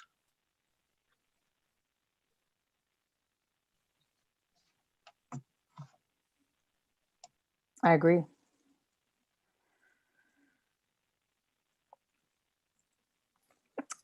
So I'm hearing that we are a little divided on this issue. I guess I need directions from you as a board, because although we didn't put it to a specific vote, I don't know how you want to handle that, Michelle, because I do feel like it's kind of in your court at this point. Christine, I'm confused by that, because I thought you just got done saying that we don't really have a choice based on the guidance from MD and MDH. I don't, but I do know that, if I want to be clear, is this a board that's asking me to go against the guidance from MDE and MDH? I want to be clear about that. And if that's the case, I guess I want to hear that publicly stated, because I just want to be clear. And if it's not that, and it's just a frustration with MDE and MDH, I totally get that too. Like, I do get that, because trust me, there's not a superintendent around who isn't frustrated with them. because they flip-flopped so many times, and the Minnesota State High School League, by the way, because they've been flip-flopping like crazy too. And that's really frustrating because people want to have some guidance and be able to follow it. I mean, me personally, do I wish it was different? Yes. Do I wish we weren't in the situation where we had to make this? Do I wish the kids were going back because I think it's what they need? Yes. But I personally am not asking you to go against that guidance. Okay. Yeah, I'm exactly with Becky. Thank you. That's actually what I needed to hear. Thank you. Okay, so is there more you guys want to add to that conversation? I'm fine Nancy, with, we're gonna. Yeah. Sorry, Caleb. Go ahead. I'm fine with this, Christine. I just wanted to know, when would we go back to having hybrid in our middle school and high schools? Is it if we drop below 30 for like a couple weeks, and then we would just bring it up at a meeting, or would we just handle it at the end of each semester? Oh, go ahead. Well, that's a good question, Caleb, actually. It's a very good question. One thing I think we would like to see is that the trend is, and what we've heard from the health department is they want to see the trend continuing, not just one time, because I got calls last Thursday night because that data point flipped over for Washington County. I got calls from many people asking, do we have school tomorrow? Is it canceled? And I said, no, what the guidance from the state tells us is now we have to have a conversation about this. It's not that you cancel school the next day and go back to distance learning. But likewise, I wouldn't want to have one good data point and say, okay, back tomorrow, and then have to flip flop again the next week. We'd want to see a trend for a little bit of time. And one thing we do have the ability to look at is what's coming up in the trends. And so I'd want to use that data as well. And I'd like to talk to our neighboring districts too, because we sort of have to, we've been working together. Washington County superintendents got together and had a meeting with Washington County public health folks and the Ramsey County superintendents, which is a different group of people. We got together and talked to the Ramsey County folks. And I think that's part of what we have to continue to do is get guidance from our local officials and see what the trends are looking at a really, really finite local level.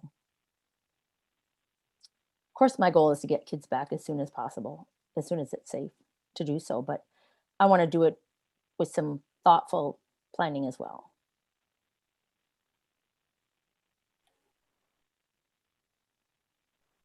Yeah, I mean, you've heard from me already. I support the recommendation. I support the frustration with with the with the guidance, which I agree with Michelle. It needs to be probably looked at again. So I do feel that we're doing the best we can. I feel like, the whole idea, we are not going to recover as a country until, like Steve said, the community spread is under control. Our economy is not going to. We had a group that had a press conference on the steps of the Capitol that said, open up all the schools, open up all the restaurants, open up everything, right? And then what do you think would happen then? I mean, really. So I'm not in that camp at all. I think that we're putting health first. We're being cautious. Obviously, our goal, like I say, I'm very disappointed. We're not bringing kids back full time in person. I want that. I would have hoped we would have been here by now. Maybe if we had had better leadership at some point, we would have been here by now with this community spread, but we're not. We are where we are. So thank you for your work on this. I know it's been 24/7 for you, Christine, and Troy spends his whole day putting out fires. Yes, he does. He sure does. I'll tell you something too. Thank you, Nancy. I mentioned this upcoming trimester 2 planning group for elementary. The initial idea for that group was to talk about how to bring elementary back full time in person. That was actually what Troy and I were working on before the data shifted, because we were seeing the numbers going down and down, and we were getting excited about that. And, you know, we thought even if we could get kids back in person for a few weeks, we'll take it, because our younger kids in particular are really struggling to learn independently. And we put the whole plan in place and the timeline to meet with these folks, and sure enough, it flip-flopped and the data flip-flopped, and we're not in that place now, unfortunately.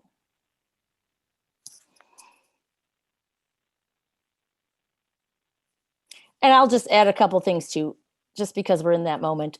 Troy has been putting out fires all day long, but Julie has been putting out HR fires all day long. I mean, you would not believe, to your point, Carly, how do we keep people safe? How do we manage leave requests? Julie has been 24/7, and Trisha has been 24/7, and Josh has been 24/7. This group that's on here right now isn't the full cabinet, but I will tell you, we are all 24/7. It's nonstop. And between communications and technology, headaches for Josh and Trisha overseeing all of our special education, student services, mental health concerns of kids, and nursing staff, it's nonstop. And it's absolutely exhausting. And Julie's been handling it on nonstop. And I think between the five of us, we probably meet. I mean, we meet every day, all day, every evening, every Saturday and Sunday. We're in group chats together, trying to solve whatever's coming up. So it's definitely a team effort, and people are exhausted, and our teachers are exhausted. Our principals are exhausted. There's not a good answer here.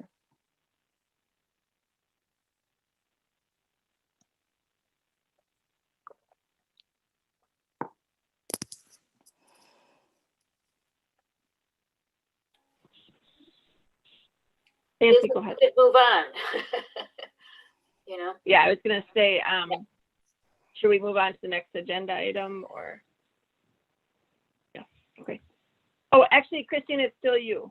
It is your still other me. agenda. Remember that I told you I had 4 things. This was like number 1 of those 4.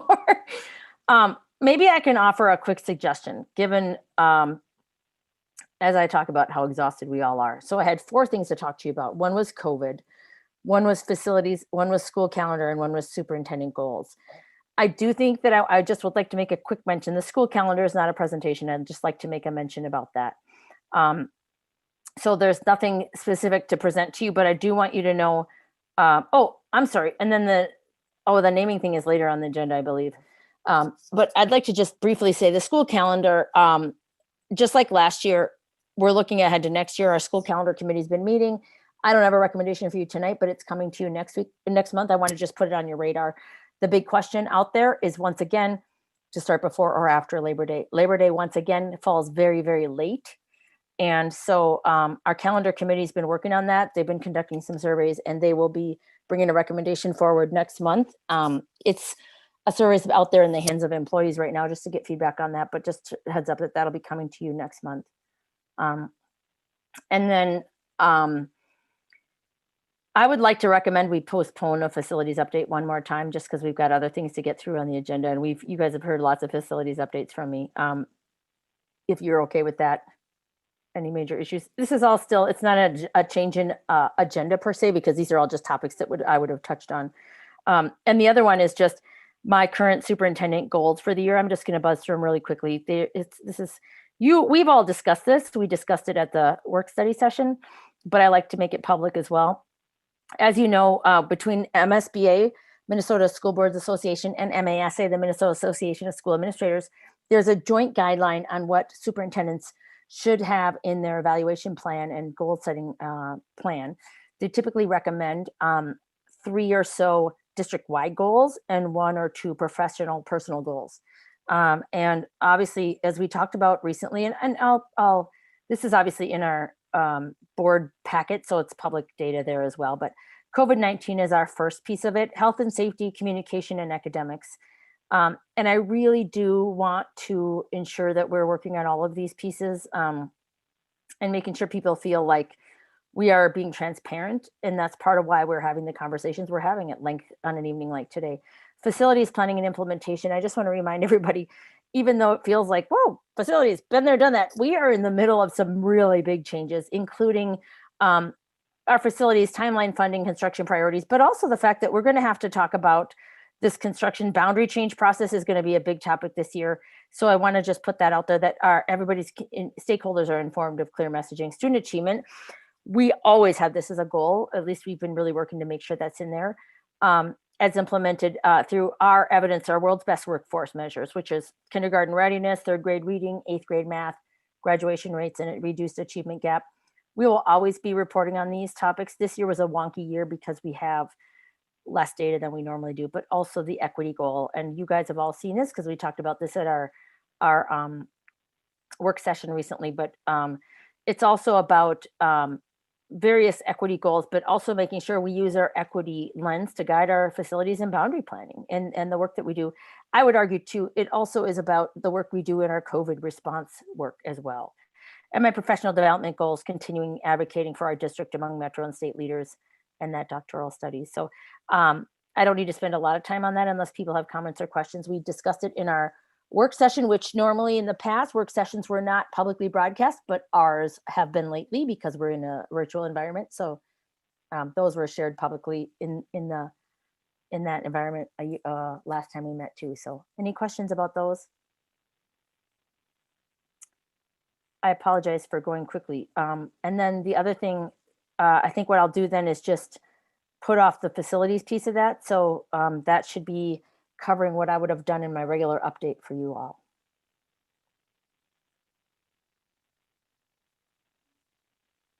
If I recall correctly, Michelle, the naming conversation is a separate agenda item of its own, correct? Yeah, under action item. Yep, Yeah. perfect. So, yep, that's great. Thanks, Christine. Anybody have any questions or comments?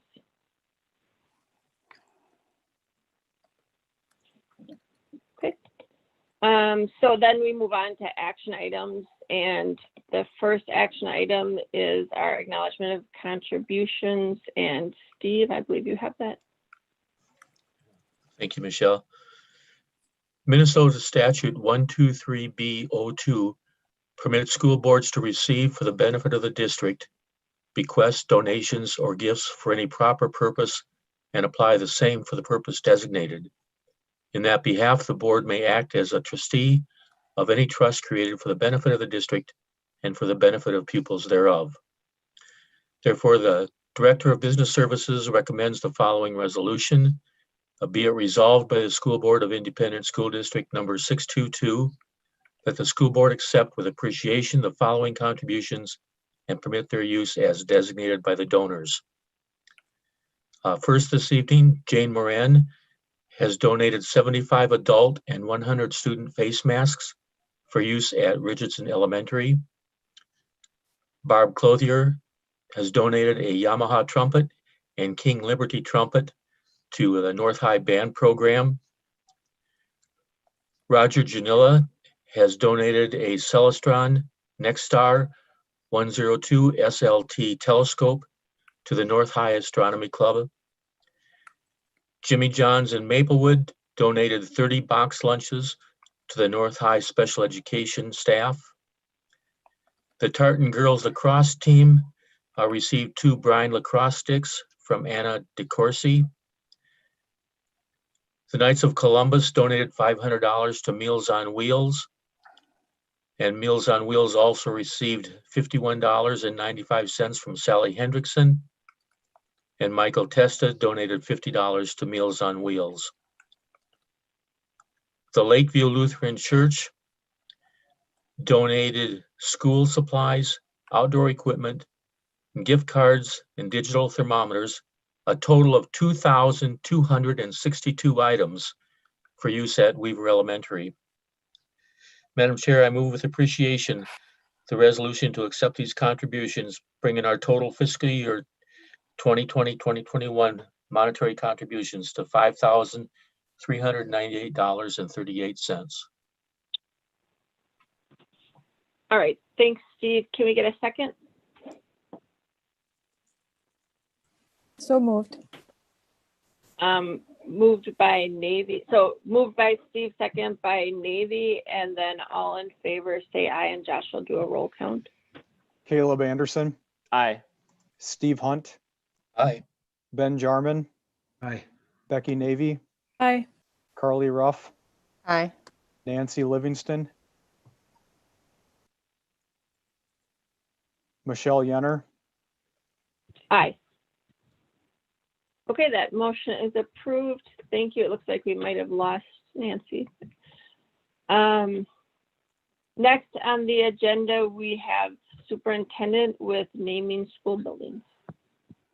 Thank you. I have to tell you, for everything we have on the agenda this evening, this is actually one of the things I'm most excited about. So I'm really glad that we're able to get to it eventually here tonight. So I am going to share my screen and share a little presentation with you briefly and talk to you a little bit about where things are at. So present, hopefully. All right, so naming of our new elementary school, we want to talk about, remember our elementary school, the new elementary school being built on the Maplewood site, at the site of Maplewood Middle School, is a school without a name right now. And I talked to you about this at our last work study session.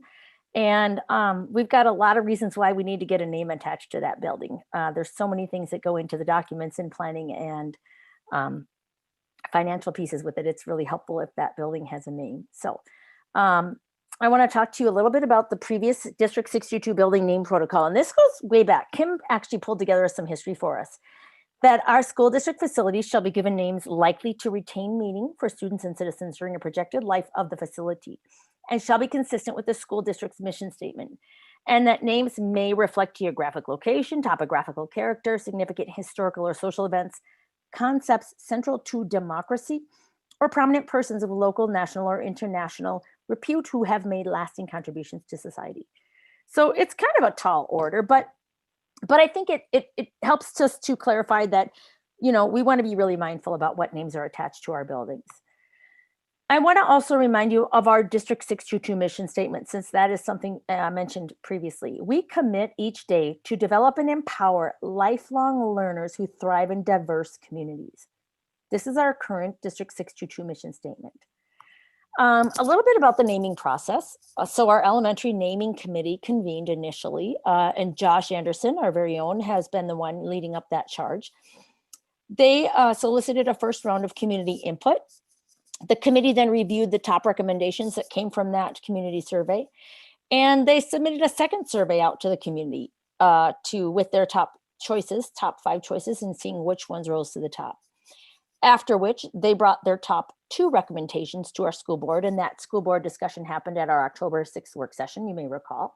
Again, it was also live streamed, so anybody who's watching now, you would have had a chance to see that live streamed as well. And tonight is your vote. Assuming nothing changes in your thoughts about this, tonight will be your night to vote on that school naming recommendation. So I'd like to remind you, based on our conversation we had last time, these were the 5 names that were top names that were brought forward based on the initial survey that was done of the community: Maplewood Elementary, Holloway Elementary, Allen Page Elementary, Woodland Elementary, and Lakewood Elementary. We had a little conversation about some of the history that was brought forth by our school district about previous names that have been mentioned or brought forward to our school board. And actually, I gotta exit out of this for 1 second because I have it handy, but I want to actually read through the history. I'm going to just talk to you a little bit about history that has come forward in our previous schools. I know our board had asked that we take a little brief look at some of the names that had been come forward with school names in our district prior to this year. Carver, we learned that Chauncey Carver was somebody who donated land at the old Carver Lake School when it closed, and that name was used for the new Carver at its current location. And the original Carver Lake School rural was on Highwood Road. I'll tell you, we at one point found an old contract, teacher employment contract for the original Carver Lake School. And I think I shared that with the board a couple of years ago, but I'd love to bring that back out again because it's pretty interesting. Castle was built in 1969 in the Oakdale Village and was named after Henry Anson Castle, the founder of North St. Paul. He once owned the property that the school is built on. It was built originally with that non-graded philosophy. If you remember, that was really popular back in the late 60s, early 70s. Rooms were designed with open walls, open learning, common areas, academic flexibility. And it says during the 69-70 school year, Castle was home to 350 students. Cowan was named after Ernest W. Cowan. He was a local North St. Paul doctor. He delivered almost all the children that attended Cowan the first year it opened. Pretty interesting. Richardson was originally called North Elementary School. It was named after a superintendent, Walter Richardson, who guided the community through some years of consolidation, which sounds really interesting because we're talking about consolidation again. Madeline L. Weaver, you've heard, Weaver Elementary. It opened in 1967. It was named after Madeline L. Weaver, a longtime teacher in the district. Here's some information about her that was posted as well. And I'll share this. I'll link this back into the document for you as well. L.C. Webster, Lester Clarence Webster was the chairperson of the school board. Interestingly, he was also the son-in-law to Ernest Cowan. And John Glenn Middle School. This was the first school in the country named after the astronaut John Glenn. And moments after Glenn and his crew orbited the Earth, District 622's business manager at the time called Walter Cronkite, who was a young television anchor, to inform him that the district would be naming its new school after Glenn. And that school opened the fall of 1962. So kind of a fun little backstory as well. Oops, I didn't mean to stop my share. Let me get back to sharing again. I want to make sure, sorry if I talk a little fast. I know you guys have been sitting a long time, so I'm just trying to get us back into where we were at. So history of some school names in District 622 that I know I'm speaking quickly, but we'll post this online as well. And to be honest, one of our goals, as I've mentioned before, is to really capture the history. So we're going to be looking for many more additions to these stories and histories of our school buildings as we go forward. And so we're excited to continue as we move in the facilities work that we have underway to really continue collecting the stories. Just today, some of you were at the groundbreaking ceremony for Skyview Middle School, and Travis Behringer, the principal at Skyview Elementary, brought out the initial shovel or little trowel that was used in the groundbreaking when Skyview originally was created as a school site. So that was pretty cool to see. I know, hopefully Josh, he gave it to you because I asked him to find you and give it to you to put into our museum planning here. I'm just going to quickly go through this. The top two names that were finally brought forward to our school board were Maplewood Elementary and Justice Allen Page Elementary. And there was a lot of discussion that came from our elementary naming committee after several surveys had gone out to the community. One was the idea that Maplewood Elementary should be preserved as the name, given that we're replacing Maplewood Middle School. And that would be a really important idea to consider in continuing to have that name. And the other thing is, the other name that came forward was Justice Allen Page Elementary School. And a big reason behind that was because, quite frankly, we've got a lot of schools named for people in our school district, right? So if we were a district that didn't have names, our schools named for people, it would be different. But we are a school district that has a lot of buildings named for people. And to this date, they're all white people. And if you think about who we are as a school district and who we are as a diverse community, and based on our mission statement, the thought was we need to really think about bringing forward the name of a local leader, a person of color, to kind of promote the legacy that we're really intending to promote about valuing the history and teaching the histories of some local leaders who are people of color. So that final recommendation, and you all were there, our school board was there on the last work session, October 6th, had a lengthy discussion about this final recommendation. And the final recommendation, I'm going to pull up this information so I can read it as I go. I've already pretty much tipped my hat already. But the final recommendation is that this school be named Justice Allen Page Elementary School. A couple of things I wanted to talk to you about. I wanted to take just a moment to tell you a little bit about Justice Allen Page.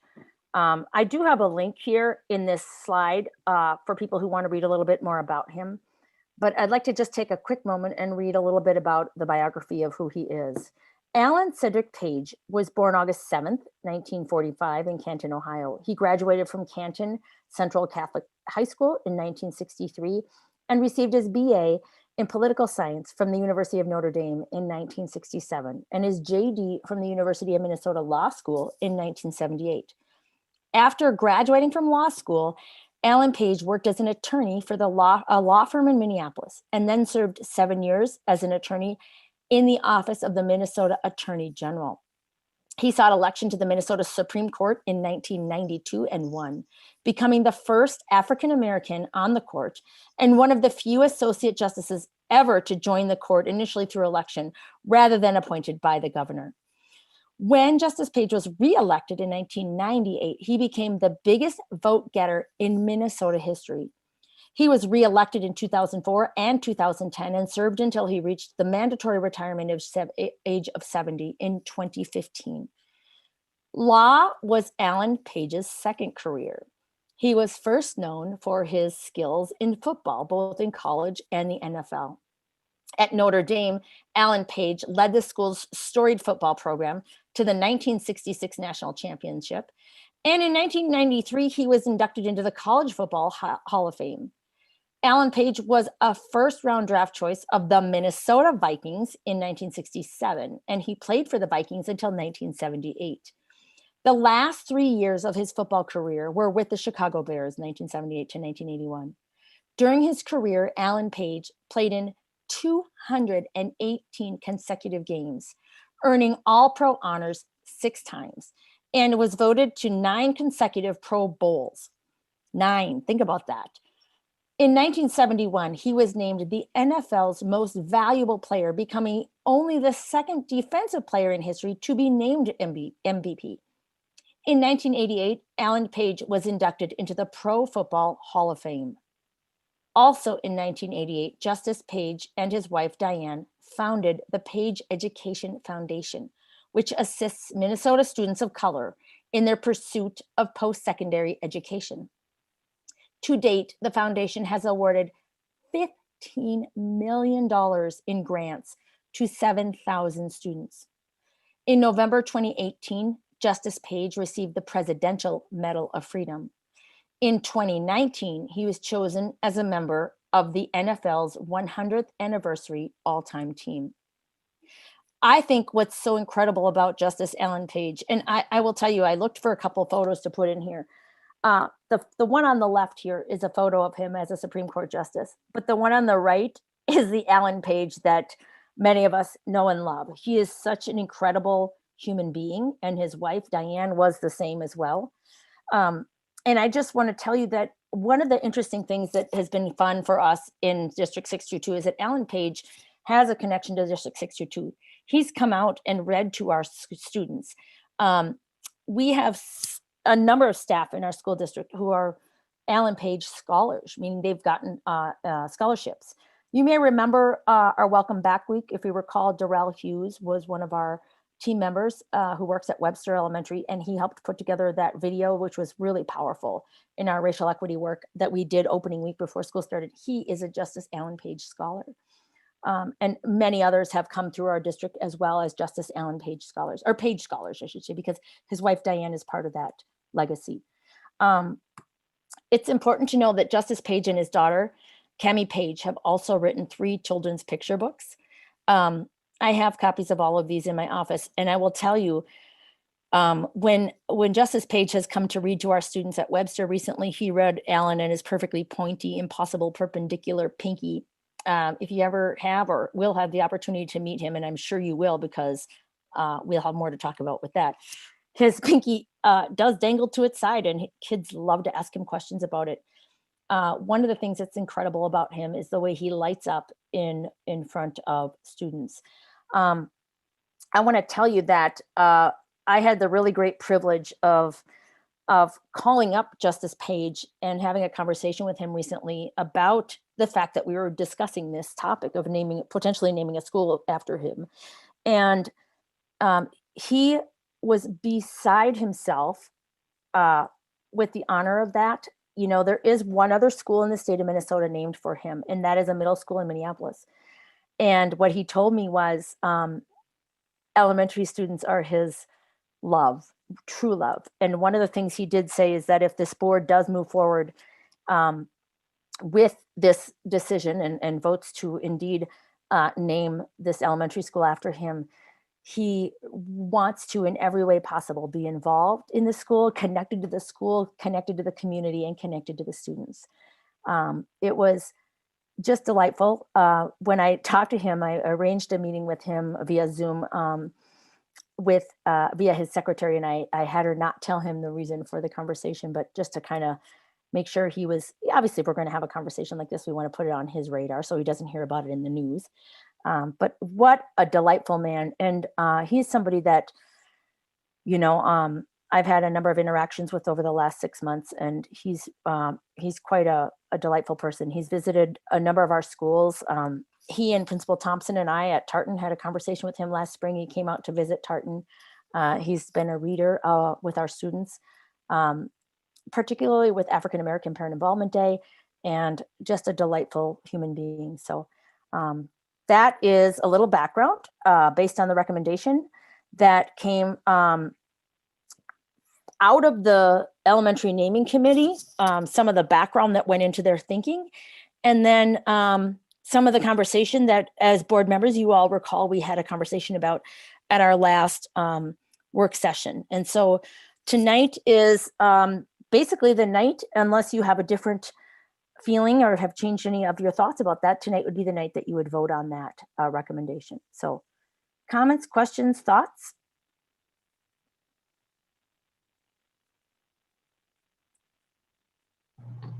I think that Alan Page is a perfect example of someone that we would want to name a school after. And Christine, I just want to thank you for meeting with him. I'm personally really excited about this, and I just think it's great. I'm really grateful to the naming committee for coming up with some names and bringing this option forward to us.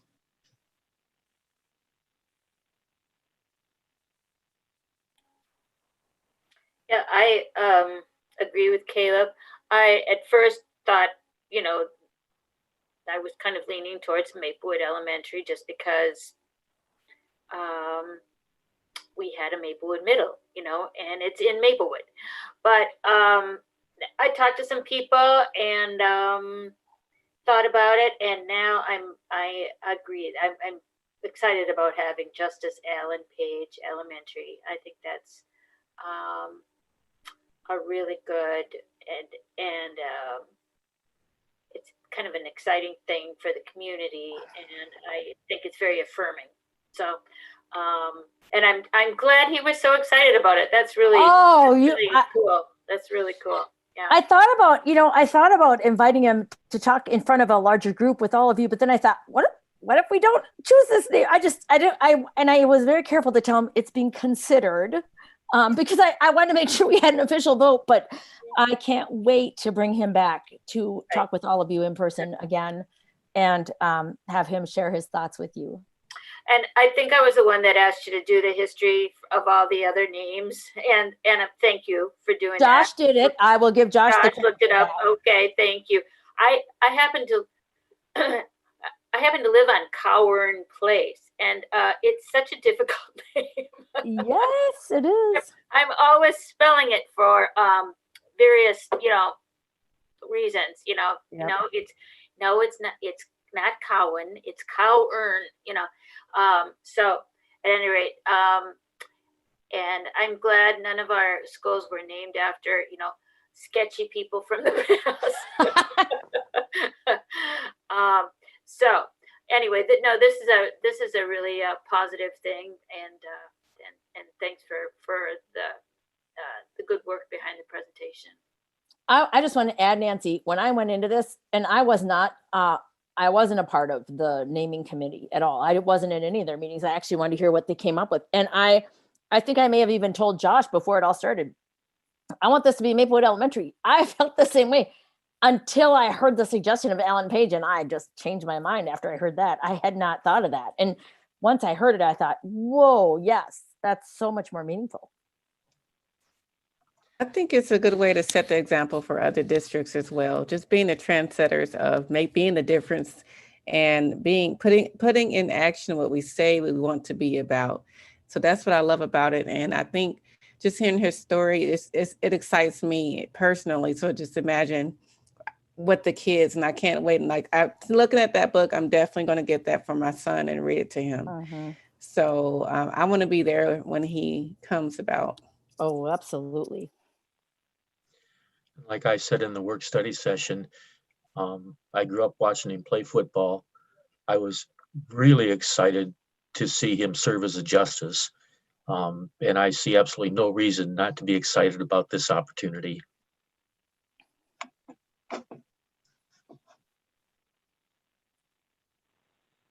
Great. I will read the resolution unless there's any other comments. Be it resolved by the School Board of Independent School District 622 that the name of the new District 622 Elementary School in Maplewood shall be called Justice Allen Page Elementary School. Can I get a motion and a second to approve? So moved. Okay, moved by Anderson. Second. Second by Livingston. All in favor say aye. And Josh, will you do a roll call, please? Caleb Anderson, Aye. Steve Hunt, Aye. Ben Jarman, Aye. Becky Navy, Aye. Carly Ruff, Aye. Nancy Livingston, Aye. Michelle Yenner. Aye. Okay, so that name is approved, and thank you to the committee and Christine for all of your work on that. It's exciting. Next, we have school board items, and the first one is NSBA conference. So each year, the school board members are encouraged to attend activities and workshops sponsored by local, state, and national school board associations. Our board members are invited to the National School Board Association's annual conference each year.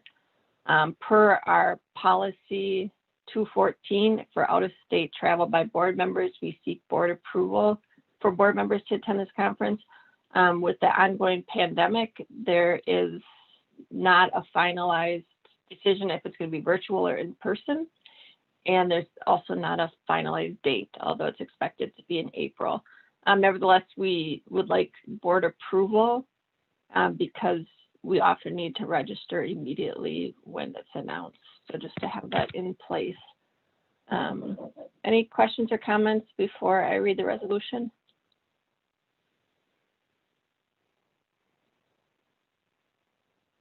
So we did talk a bit about it at our last study session, but and we do it every year. Okay, if no questions, then be it resolved by the School Board of Independent School District 622 that school board members attend the 2021 NSBA conference either virtually or in person with the exact dates to be determined. Can I get a motion and a second to approve? So moved. Okay, moved by Livingston. Second. Second by Hunt. All in favor say aye, and Josh will do another roll call. Caleb Anderson, Steve Hunt, Aye. Ben Jarman, Aye. Becky Navy, Aye. Carly Ruff, Aye. Nancy Livingston, Aye. Michelle Yenner. Aye. So that motion is approved as well. While I was on mute, I was yelling up to my kids. Okay. Next on the agenda is set agenda time and location for the November 10th, 2020 work study session. Let's see, the items include the superintendent and board check-in, a continued conversation on board officers and committees, as well as the MSBA board, a review of crisis procedures, and a presentation by Wold to share high school designs. The agenda. So I recommend that the November 10th, 2020 work study session begin at 4:30 in a virtual format and contain the following items. 1, superintendent check-in. 2, Wold presentation. 3, crisis presentation. 4, policy revisions, 5 board officer committees, and MSBA board discussion, and 6 board check-ins. So can I get a motion and a second for approval? So moved. Okay, moved by Livingston, Second. second by Anderson. All in favor, say aye. Caleb Anderson, Aye. Steve Hunt, Aye. Ben Jarman, Aye. Becky Navy, Aye. Carly Ruff, Aye. Nancy Livingston, Aye. Michelle Yenner. Aye. Okay, so that work study session is approved. And next we have for our regular school board meeting, I recommend that the November 12th, 2020 retreat begin immediately following this special meeting in a virtual format or in person in room 101 and 103 and contain the following agenda items. Number 1, review and study of other equity policies. And number 2, review plan for 622 equity policy. This is the continuation of the retreat. Christine, do you want to say anything about it or? Just realized I'm on mute. Absolutely. So as you all recall, we had a board retreat back in September talking about racial equity. There's many layers to the conversations we were having, and part of it is personal awareness, some of the work that's happening in our school district. But then the part that we ran short of time for was to really have a conversation about potential racial equity policy. And so you'll recall that our equity department, led by Sharice Ayers, has pulled together a lot of information about current equity policies that exist in school districts locally and around the country. And part of what the activity we didn't get to was to have you take a look at some of those existing policies and figure out what you like and don't like about some of them, and some recommendations for possibly considering an equity policy for our school district. And so that was the piece of the retreat that we never quite finished. And that was the point of coming back together so that we could actually take our learning and apply it to something we may want to take action with.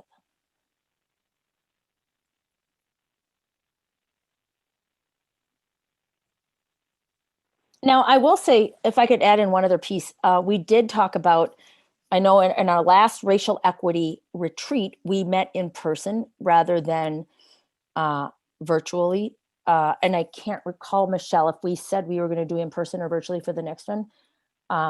I guess I would put that to you to discuss briefly if you want to, if you have opinions about that or want to change your recommendations on that, given COVID data points we're looking at right now. It's completely up to you.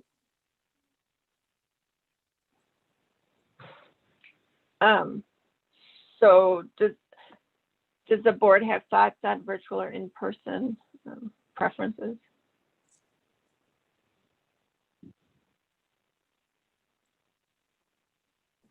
I'm okay with meeting in person.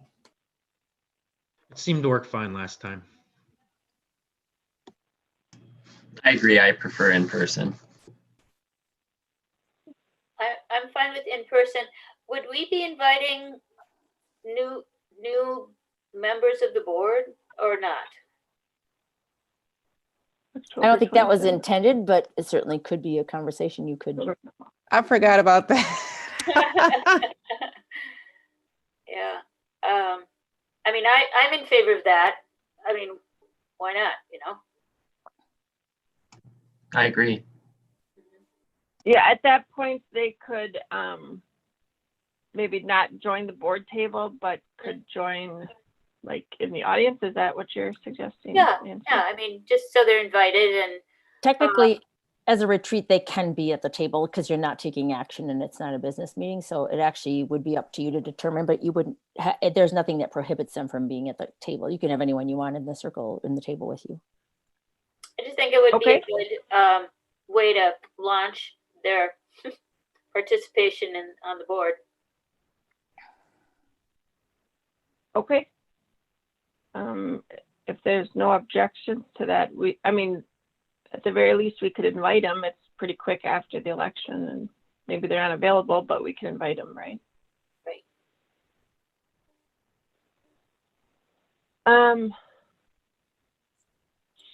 So in person and invite the new board members, and As far as the agenda goes, is Sharice at the meeting? She would be the one facilitating it, yes. Yeah, she's still the same as last time, right? Yeah. Unless you want So- something different. Mhm. Oh, no, she was great. Mhm. So I did feel like we left off where we were going to talk about specific work that was happening in 622. I know their agenda was the thought, I'll just say their thought is that we would be bringing work at all board meetings about happening in 622 as we did tonight regarding, like, for example, the restorative circles work and trying to bring that regularly. And that the agenda that she had anyway was that they wanted to talk policy with you. But if you don't want to dig into policy and you want to do something different, I guess that's up to you to decide as well. That's what they had prepared and hadn't had a chance to get to. Okay. So I'm fine with that. Any other board members?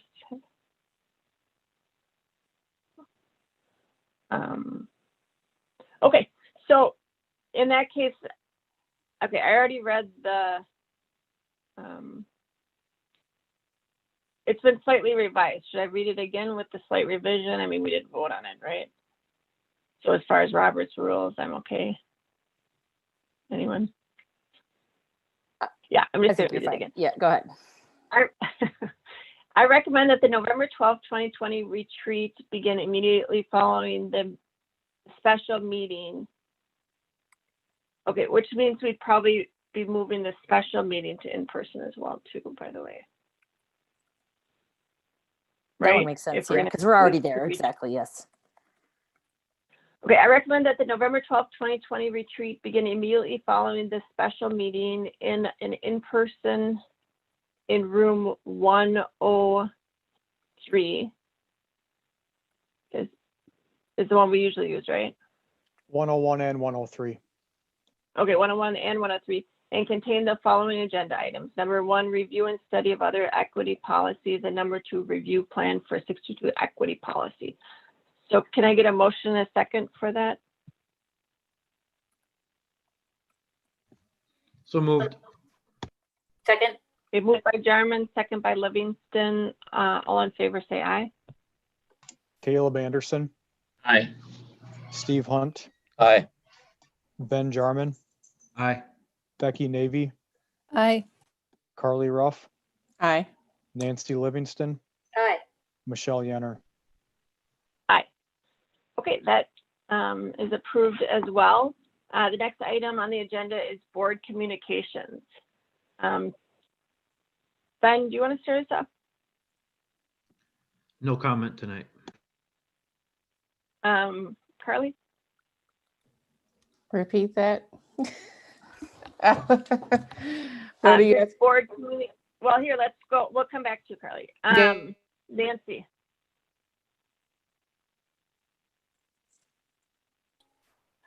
Well, I just want to say I'm exhausted by politics and election, and I'm so looking forward to it being over. That making dates for November sounds really great to me because it will just have a resolution to all this stuff that's hanging. So there's that. But on the other hand, I encourage people to vote, of course. I mean, it's just, we used to have a board member, Jerry Hansen. Do y'all remember Jerry Hansen?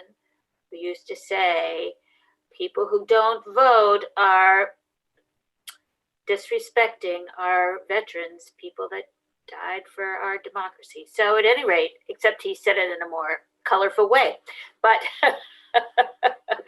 but at any rate, so, and also thank you for the honest, open discussion tonight about our struggles as a district. We are really, public schools are really, well, I suppose all schools are really, really struggling right now, coping with this terrible dichotomy between right, between health and education, and it's really tough. And we have so much empathy for parents and teachers and staff and students, and we're just trying to do the best we can. So that's all. Thanks. All right, thanks, Nancy. Caleb? Nothing tonight. Steve? I want to echo what Nancy said, but I'd just like to add one other small piece is that in the process of all this COVID stuff, the approach of the administration and the cabinet has not really faltered. In fact, I think it's improved beyond what was established during the bonding campaigns and everything else when it comes to community engagement, community involvement, a lot of work going in to create stakeholder groups to have honest input into what the school district is doing, continuing to be driven by data. But I just have to say that part of what I took away from the board meeting this evening was this reaffirmation that the district operates best when all of its citizens are involved in the decisions and the planning. And I think our administrative group has done a tremendous job of maintaining that guiding philosophy throughout all of this COVID work as well. Thank you for that, Steve. Our team will definitely take your words to heart. Thank you. All right, thanks, Steve. Becky? Nothing tonight. Carly? Thank you. I'm writing and reading listening at the same time. I just want to say that I think we're doing a great effort. We're putting great effort. Everyone is from just being a newcomer on the board and getting more involved in the district as I'm moving through the schools. And I was just at Richardson last night. I think that was last night. Yeah. And it was a few coworkers leaving out late. And I was just, in my mind, I'm just kind of like, wow. I mean, no, but they don't want a cookie for it. They don't want a reward. They're there working hard and the kids are not even there. Nobody's there but them. Then I saw another person and I'm just at all, and I appreciate the effort. So I think, post-COVID, post-hybrid, post-distant learning, we're going to come out way stronger and appreciative of one another. No matter how this turns out, I think we need to embrace the light in all of this and the good moments like we just did with the naming of the school. And we also need to just hold on tight through the bumps and the hurdles to one another. We're going to get through it. So I think that's my overall take on it. We're jumping over the hurdles and also taking the time to look at the positives out of the situations. All right, thanks, Carly. And I, like other board members, did want to take a second just to thank people in our community and, the administration, the teachers and the staff. We know how dedicated you all are and how hard you work. And I feel like sometimes our frustrations comes out as if we don't fully appreciate it. And we do. We appreciate you. We appreciate the administration, the teachers, the staff. It's super difficult year for everyone, especially you guys who are on the front line. So thank you for that. And also I want to thank our students who are just working hard to make the best out of a really difficult school year. And I had, my kids play volleyball. These volleyball kids were talking about how literally all the kids wear masks. The kids don't take their masks off during the school day. If you remember at the beginning of this, we had a lot of emails like they're not going to wear masks, and I didn't think they would either, but they all wore their masks and they all kept the mask on their face. So thanks to the kids. And also thank you to the families who are doing what they can to support their students and to continue to advocate for your students. And incredibly difficult as a parent. I know it's an incredibly difficult year. It's incredibly difficult for a lot of parents who have kids that are struggling. things will get better. We all know things will get better, right? And also thank you to you guys as a board. Again, really difficult year, difficult decisions, and a difficult position to be in. So things will get better, right? So with that, unless there's anything else, we can, oh wait, I'll run through the future board meetings. November 10th, 2020 work study session, November 12th, 2020 special meeting, 4:30 in the boardroom. November 12th, 2020 retreat immediately following the adjournment of the special meeting, approximate start of 4:45 in the boardroom. And November 24th, 2020 business meeting, 6 p.m. So with that, unless there's any other questions or comments, we can adjourn the meeting. Okay, then can I get a motion and a second to adjourn? So moved. Okay, moved by Anderson, Second. second by Jarman. Okay, all in favor say aye. Caleb Anderson, Aye. Steve Hunt, Aye. Ben Jarman, Aye. Becky Navy, Aye. Carly Ruff, Aye. Nancy Livingston, Aye. Michelle Yenner. Aye.